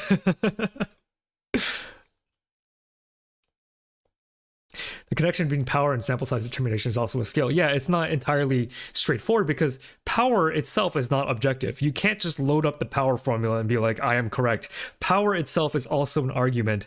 And that is something that I also learned from Mylan very meaningfully. I was like, oh, it's all philosophy. Up to down, there's nothing about it that is like truth and false. It is all better or worse, which is still very useful. I'm hoping that you can appreciate stats in the way that I'm doing it here. Common Reddit mistake is that science means blindly following the science canon instead of responsibly questioning. Yeah, responsibly questioning. That's the ethos of this, right? Is there is a way to irresponsibly criticize by, you know, ignoring certain things or interpreting things incorrectly. But if you're taking all of the research that you can for what it is and interpreting it in good faith, you have every right to question things. That's totally fine. I have to leave now to drive my field study. It would be a touch grass biologist. Go have fun. Go have fun. Go touch grass. Thank you for hanging out. Wait, you know you're right about psychology. 1/3 of all social... okay, another soapbox. Everybody else has this problem too. It's just the most obvious instance is in sociology and in psychology. Guess what?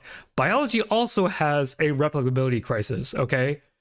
In fact, a lot of what I know about biostats is because biology also has a replicability crisis. It's just that it's so much easier to dunk on psychology and sociology because of this elitist attitude, right? Everybody who is in my chat right now, you must know this about me. I am very pro-psychology. I was going to be a psychologist at some point. Psychology and sociology, the social sciences, are not the only places where the replicability crisis has reared its ugly head. In fact, as biologists, we actually have a lot of people from psychology to thank because when they discovered the replicability crisis, we can learn from their methods, right?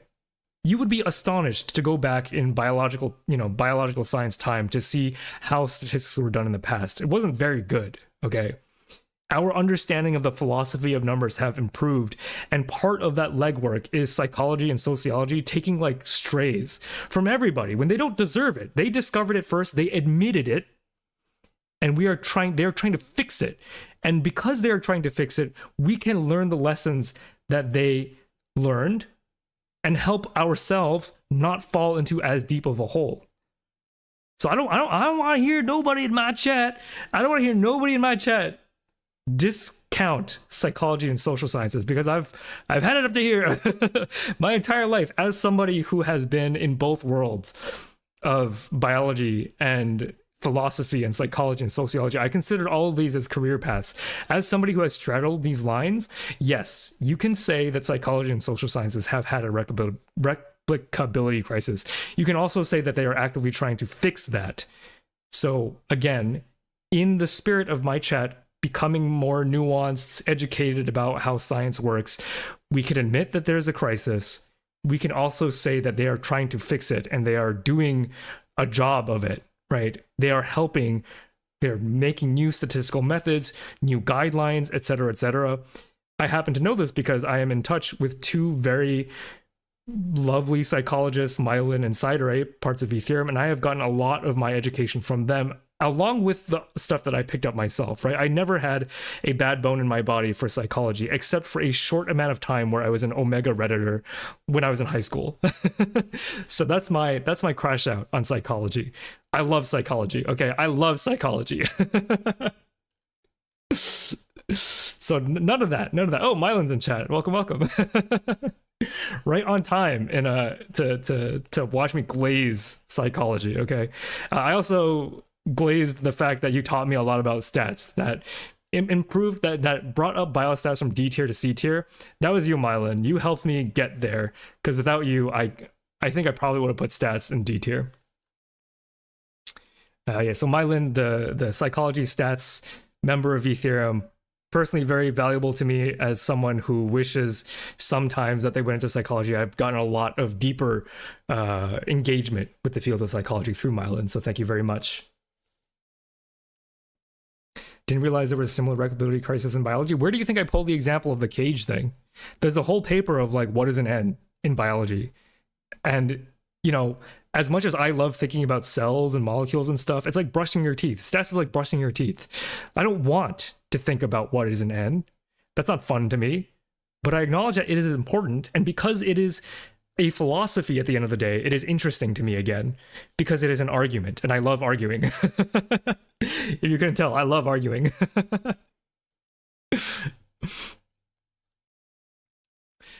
Yeah. So as much as I love my STEM heads, psychology and social sciences use the scientific method just as much as we do.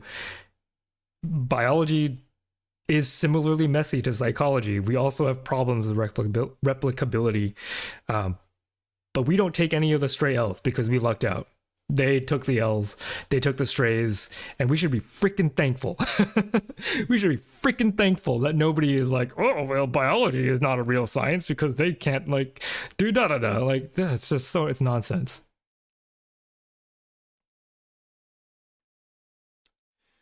Yeah. Okay, that's my crash out.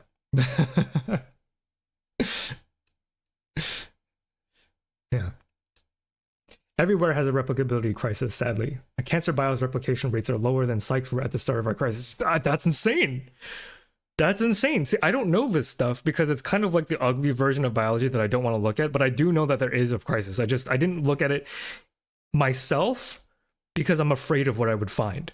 Right? I'm a very emotionally aware person that I don't have the cojones to step into that because I would just be so devastated. But I acknowledge that that darkness is there, and to act like just because we're not psych or social that we're free from this is like peak Reddit. Sorry, it comes from a place of love, right? Like, if you have that opinion that psych and sociology are terrible because of their crisis, with all the love in my heart, please evolve from the Redditor in you. I did it too, right? With all of the love in my heart, because I was once a Redditor who thought similarly. I want to help us all get to the point where we can see more beauty in things. And there's a lot of beauty in psychology as well.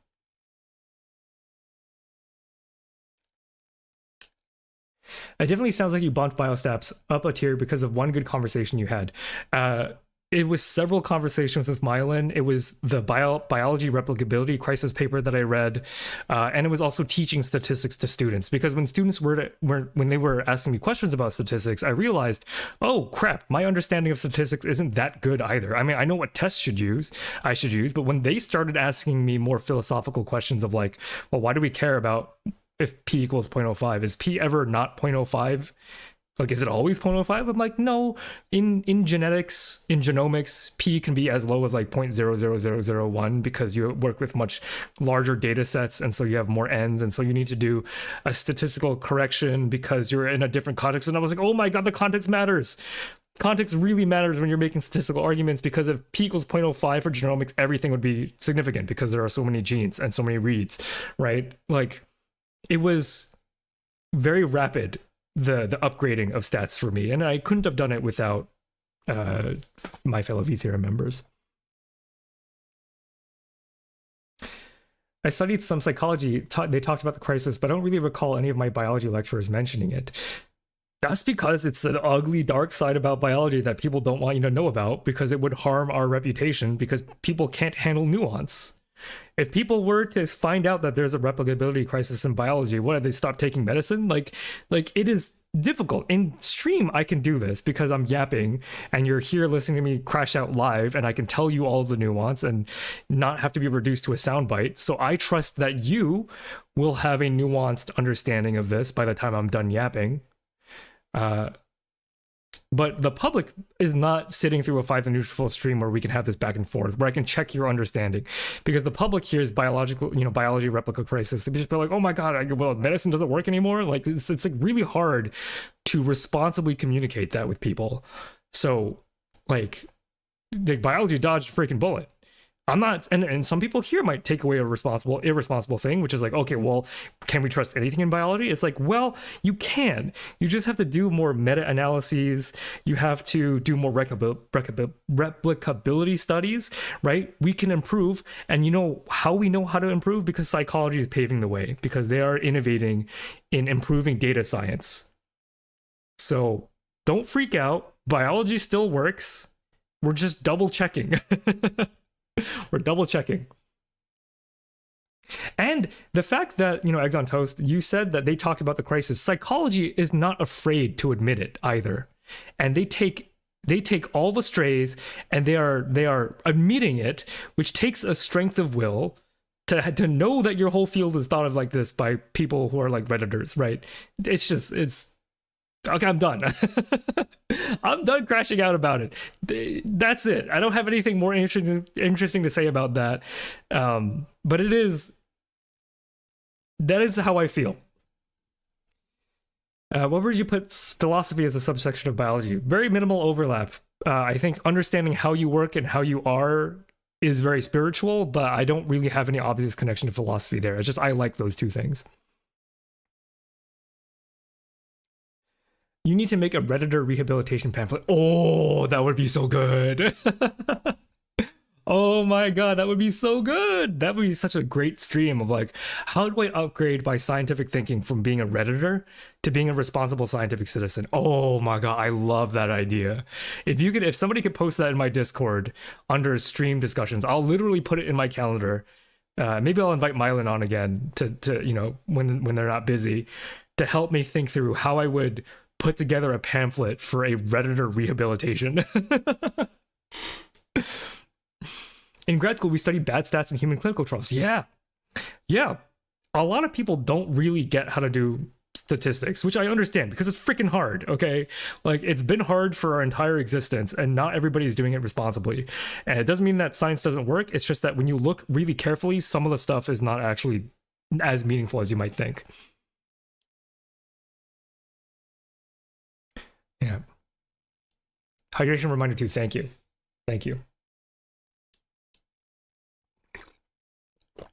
I'll be taking this conversation forward with me into my honors study next year. Thank you. This has shifted how I think about biology. You're welcome. I'm very happy to be able to provide that for you. Yeah. A legitimate difficult question is, when is it valuable to double check than to solve the next problem? That's also interesting. Right? That's a nuanced question. I love that, right? Because funding is finite. It's getting more finite the longer we have certain policies and attitudes towards science we're in the world, we'll just say. Yeah, stat is hard. A biostatistician, yeah, even people who think about statistics all the time admit that stats are hard because it is argument, because it is so gray, because it is so context dependent. What about molecular biology? I think a lot of what I covered is molecular biology. Like, I don't think it would be meaningful to have molecular biology as a separate thing, when to me molecular biology is biochemistry, it's genetics, etc., etc. Okay, the study of archaea. Well, archaea or archaea, however you want to pronounce it, they're both fine. Don't at me. I separated microbiology into bacteriology, archaeology, archaeology, and parasitology. I really only have a very limited amount of knowledge about archaea. I think they're cool. I mean, how could you not? Extremophiles are always cool. They're doing some unique things at a molecular level. They don't inspire me to become an archaea person, but I do appreciate them a lot.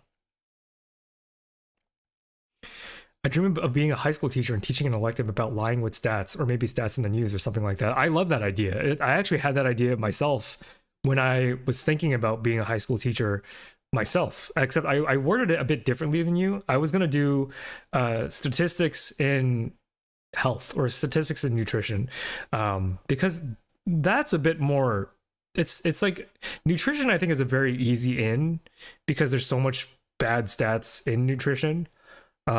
And good stats, right? The good and the bad, it's nuanced. But there are a lot of, like, by bad stats, I don't mean bad stats literally. I mean people overgeneralizing on statistics. So my dream was I would have these high schoolers read a nutrition paper, which is very easy. It's a very friendly introduction to scientific literature. If you've never read a paper before and you don't want to deal with all the jargon, you can start with nutrition. In this trial where these people drank coffee for this amount of time, what happened to their body, right? It's like a pretty easy setup. The hard part is what levels of truth can we garner from such a simple question? But there are definitely things that are not true. It's about focusing on what can we take away and what can we not take away. And nutrition is a perfect way to introduce that idea, in my opinion. Okay, we're so close to the end. It's almost lunchtime. Parasitology, the study of parasites. I made a big deal about this in my Plague Inc. short about, like, well, parasites is like a bad term to use because it's kind of like everything. Viruses are parasites, bacteria are parasites. What is a parasite, biologically speaking? In that Plague Inc. video, I did it because they had a term where it was like the parasite integrated or fused with the DNA, which is like objectively a crazy thing to say. There's no organism that fuses with our DNA. Viruses could, but since viruses were a different category, that parasite category does not have viruses in it. So when people say parasites, they're usually talking about helminths, so worms, or like amoeba or protists. Protists themselves being kind of a squishy category because protists are whatever. So like I would describe them as like non-bacterial, non-viral, parasitic organisms is what I would describe as parasitology. This is also cool. Malaria is in this field, and I do think malaria will be a video that I make one day. But it didn't like reduce me to tears. I don't think I could ever study malaria professionally. But I do want to shout out parasitology. I think it's on par with virology in terms of like there's a lot about the malaria life cycle that I don't care about, but you have to learn, right? So to me, there's a lot of baggage in learning about parasites, helminths, and stuff that aren't as interesting to me as just getting to the good stuff. The idea is to also attract people who think they don't like stats too. Nutrition can also do that since people think it's easy. Yeah, people think it's easy.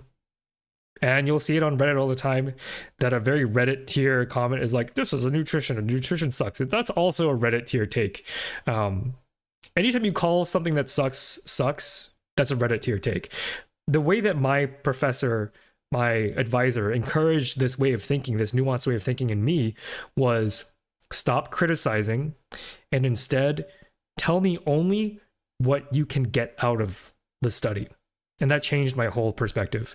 Then it became a lot harder. Then I was no longer like, that was the moment I stopped being a Redditor, is when my professor said, tell me what's true about this paper. Don't tell me what's bad. Don't tell me what's false. Tell me what is true. And I went, oh crap. That is actually really hard, because the truth is that's a nasty idea. Whereas a flaw, easy. Disgust is an easy human emotion, right? You smell something, disgust. You look at something, you find ugly, disgust. You find a study that has flaws, disgust. And then you stop thinking because you pat yourself on the back because you think you did a good job because you're a smart lad. But I don't think you get to call yourself a smart lad until you precisely tell me what was done well in a paper. That's the ultimate test. If your brain stops at criticism, you are still Reddit tier. That is my opinion. That is my stance. The truth is what you should cut your teeth on. I like that a lot. It might be a very small amount you can glean, but it's still not nothing. Yeah, the thing is that when you stop at criticism, you learn nothing. Say, for example, I took a terrible paper in nutrition, and I'm using terrible as a simplification. I don't think they're actually terrible. But like I just go, oh, low ends, you know, they didn't live in a food lab for 3 weeks. They went home and they could eat other food. You could point out all these flaws, but then what did you learn? It was a waste of time. If you stop at that, you just wasted your time because you didn't learn anything.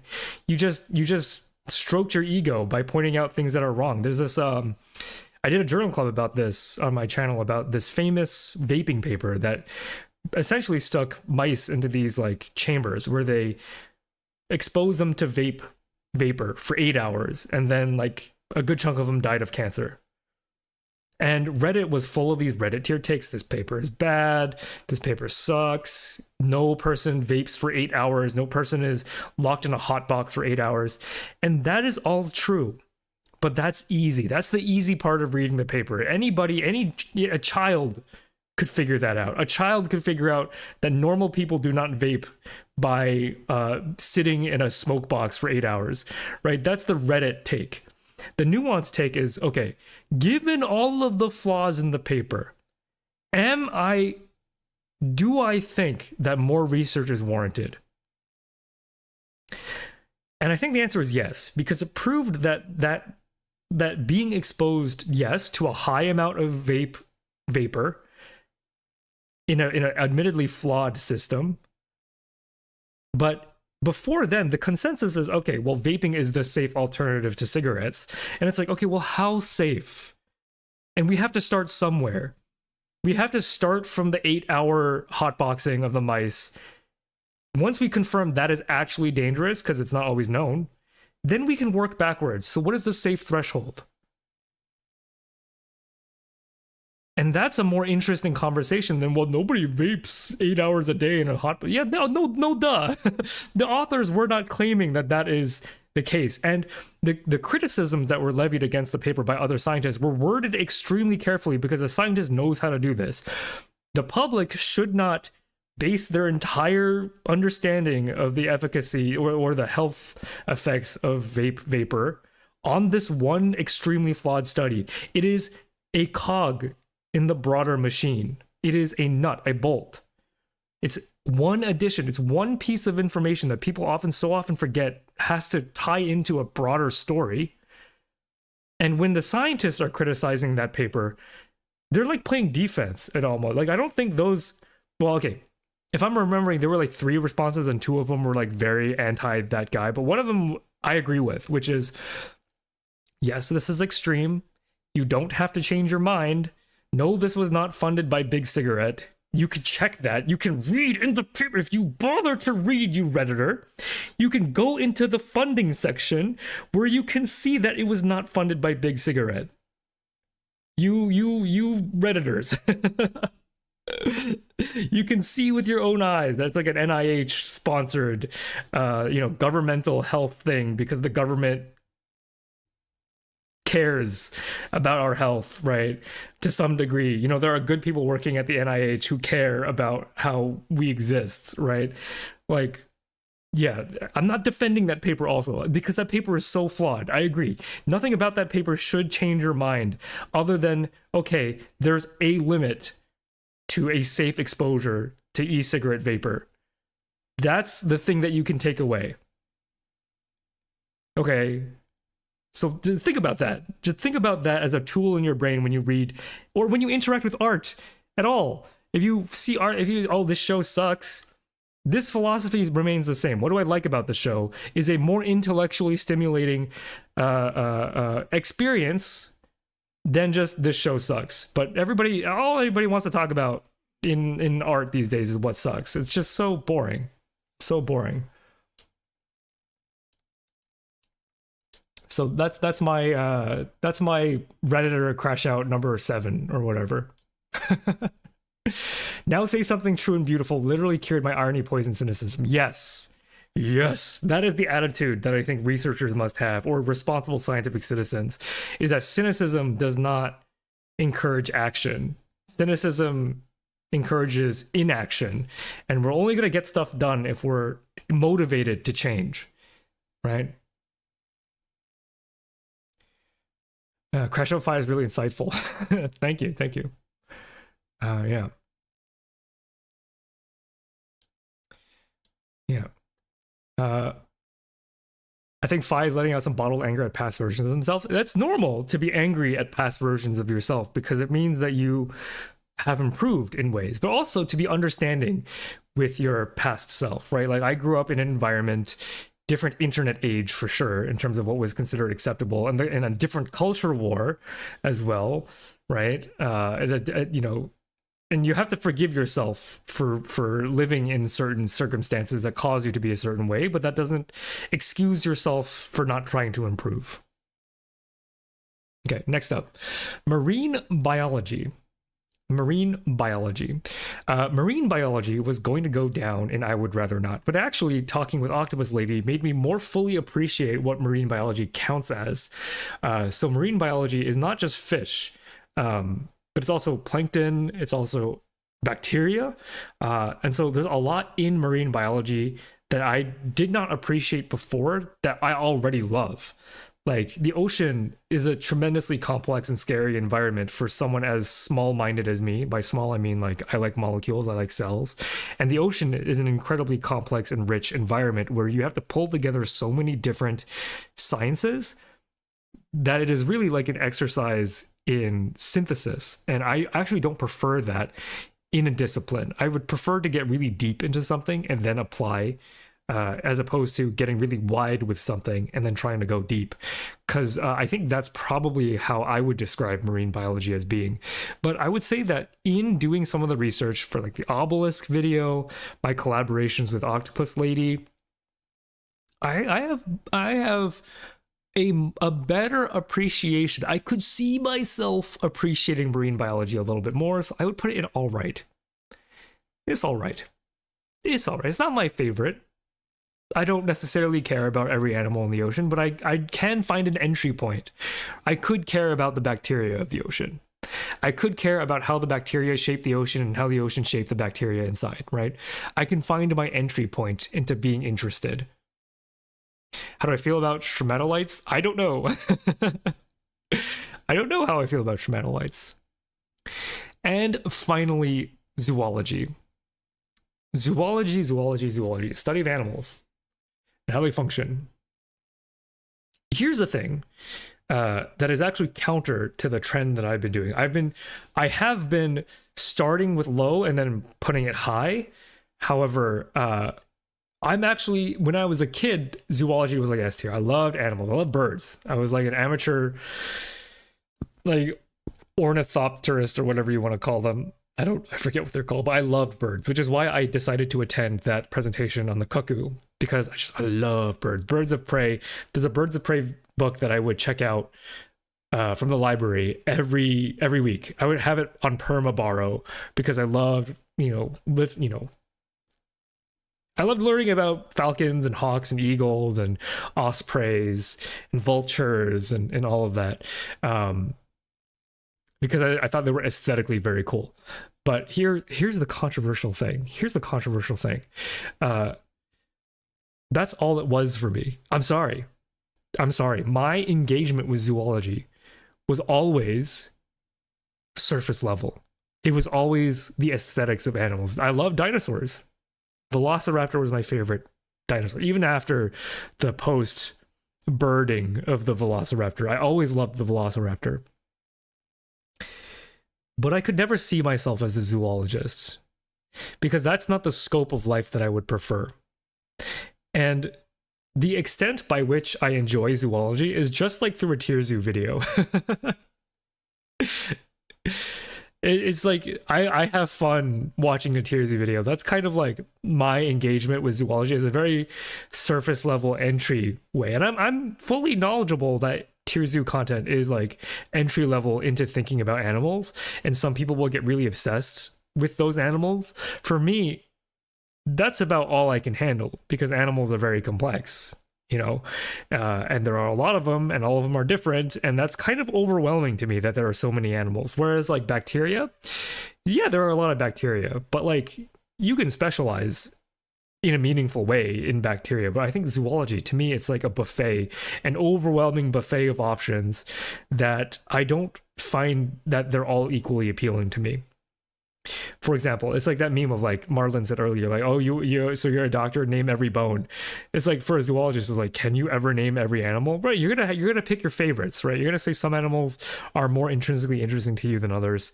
And for me, I don't have a spiritual, emotional connection with regards to studying animals, right? I have a cat. I love Purkinje. Purkinje's a great cat. She's being very kind right now by not interrupting stream by yelling at me, which is not always a given.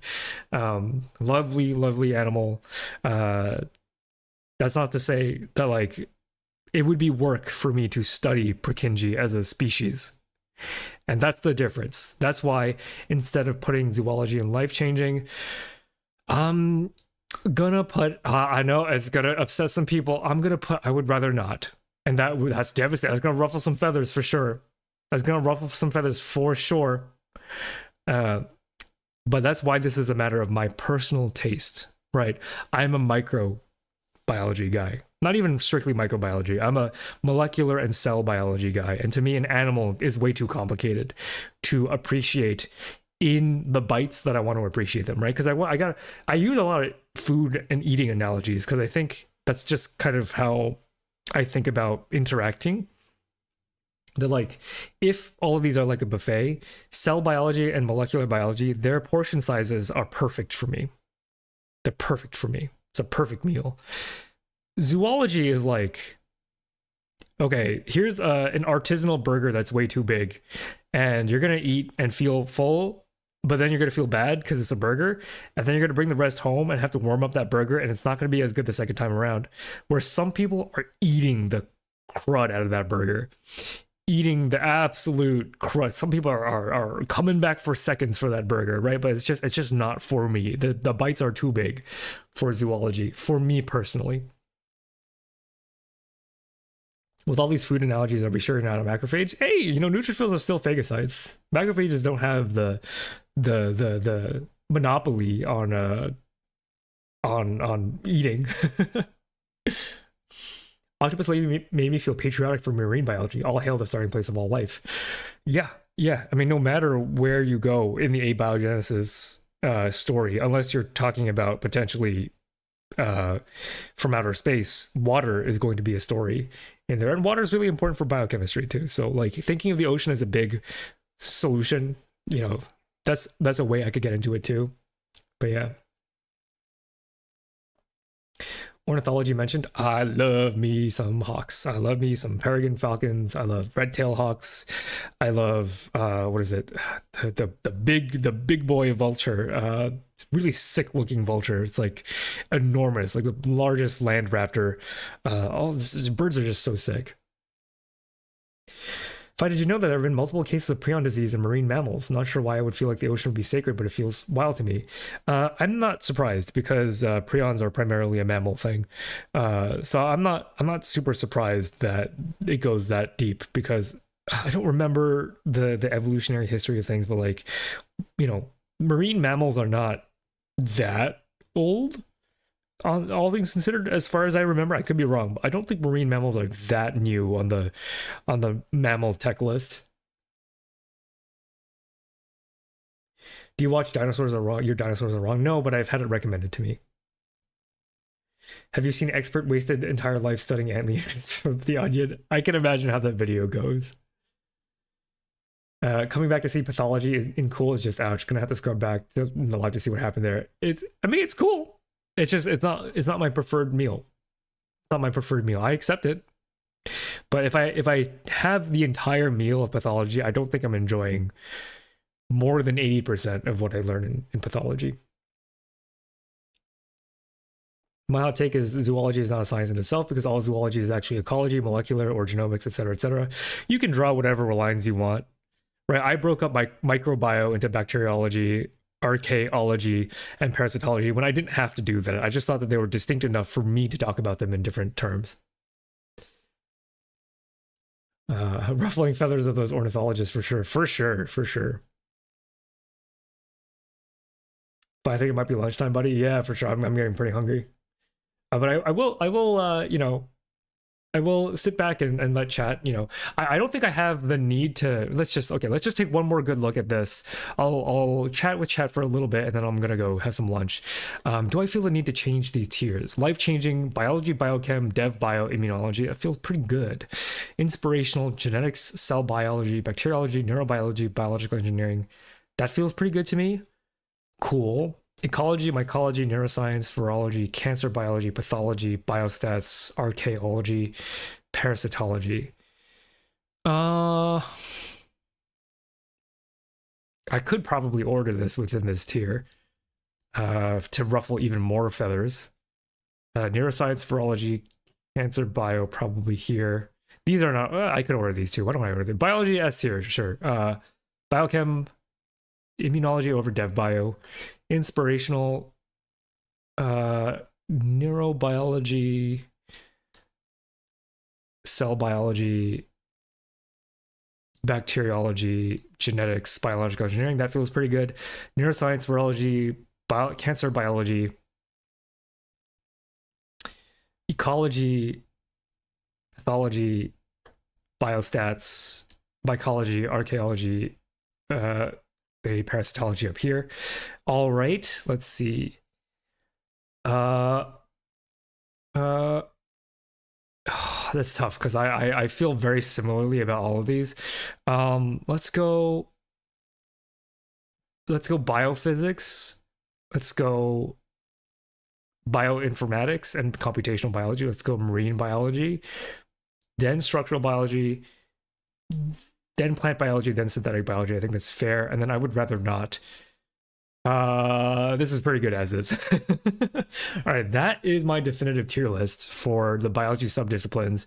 Again, this is my own taste, my own experience with learning these. Your mileage may vary, but this is giving you an idea of what I find to be philosophically compelling. And if you disagree, that is valuable because you learned a bit more about yourself in contrast to who I am, which I think is also valuable. Can Evo Devo change Phi's mind?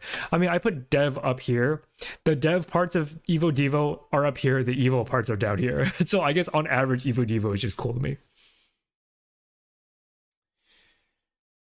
Why no molecular biology? Repping my degree because a lot of these are just molecular biology, but you reveal what's underneath the trench coat, right?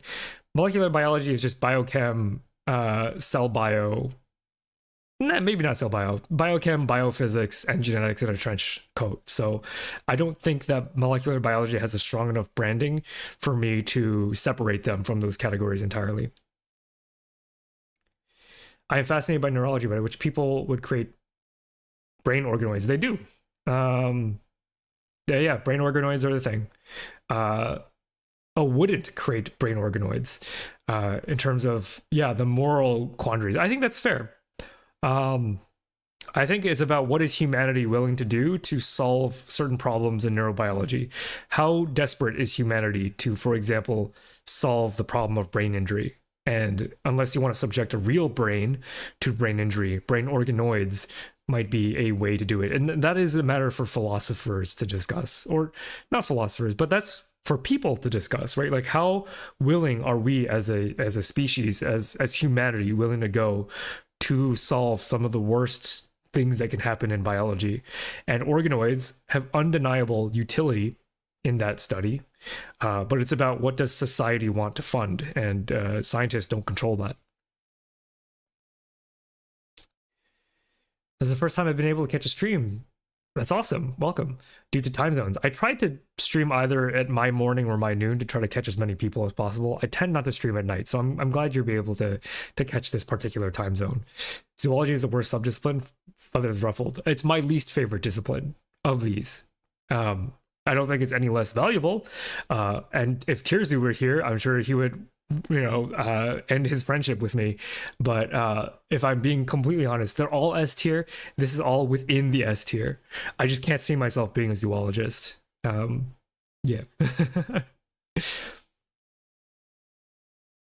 All right. With that being said, thank you all so much for attending my stream. It's so much fun doing these, but I do have to go eat lunch and get my butt to editing video so I can publish a video this month. Yeah, Thank you all so much. I hope you found my conversation with you interesting, meaningful, and all that stuff. Um, I feel like exporting that question to a discrete population of philosophers feels like it's leveraging an artificial distinction between philosophy and practice. Yeah, I that's why I immediately walked back. I realized that's how it sounded like, and I don't want that to be the impression that I give. Everybody can do philosophy. People. That's why I reframed it.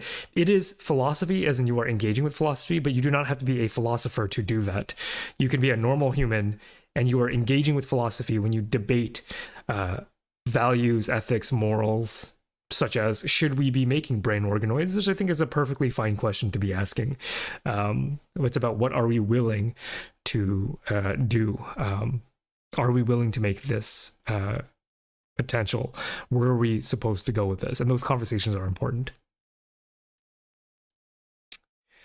All right. Unrelated, but it's really nice to see the viewer count be larger than it was last year around this time. It's good. I have been doing this full time since last year. In fact, I think in 1 month it will mark my full-time anniversary, so I sure hope there are more people sticking around to hear me yap.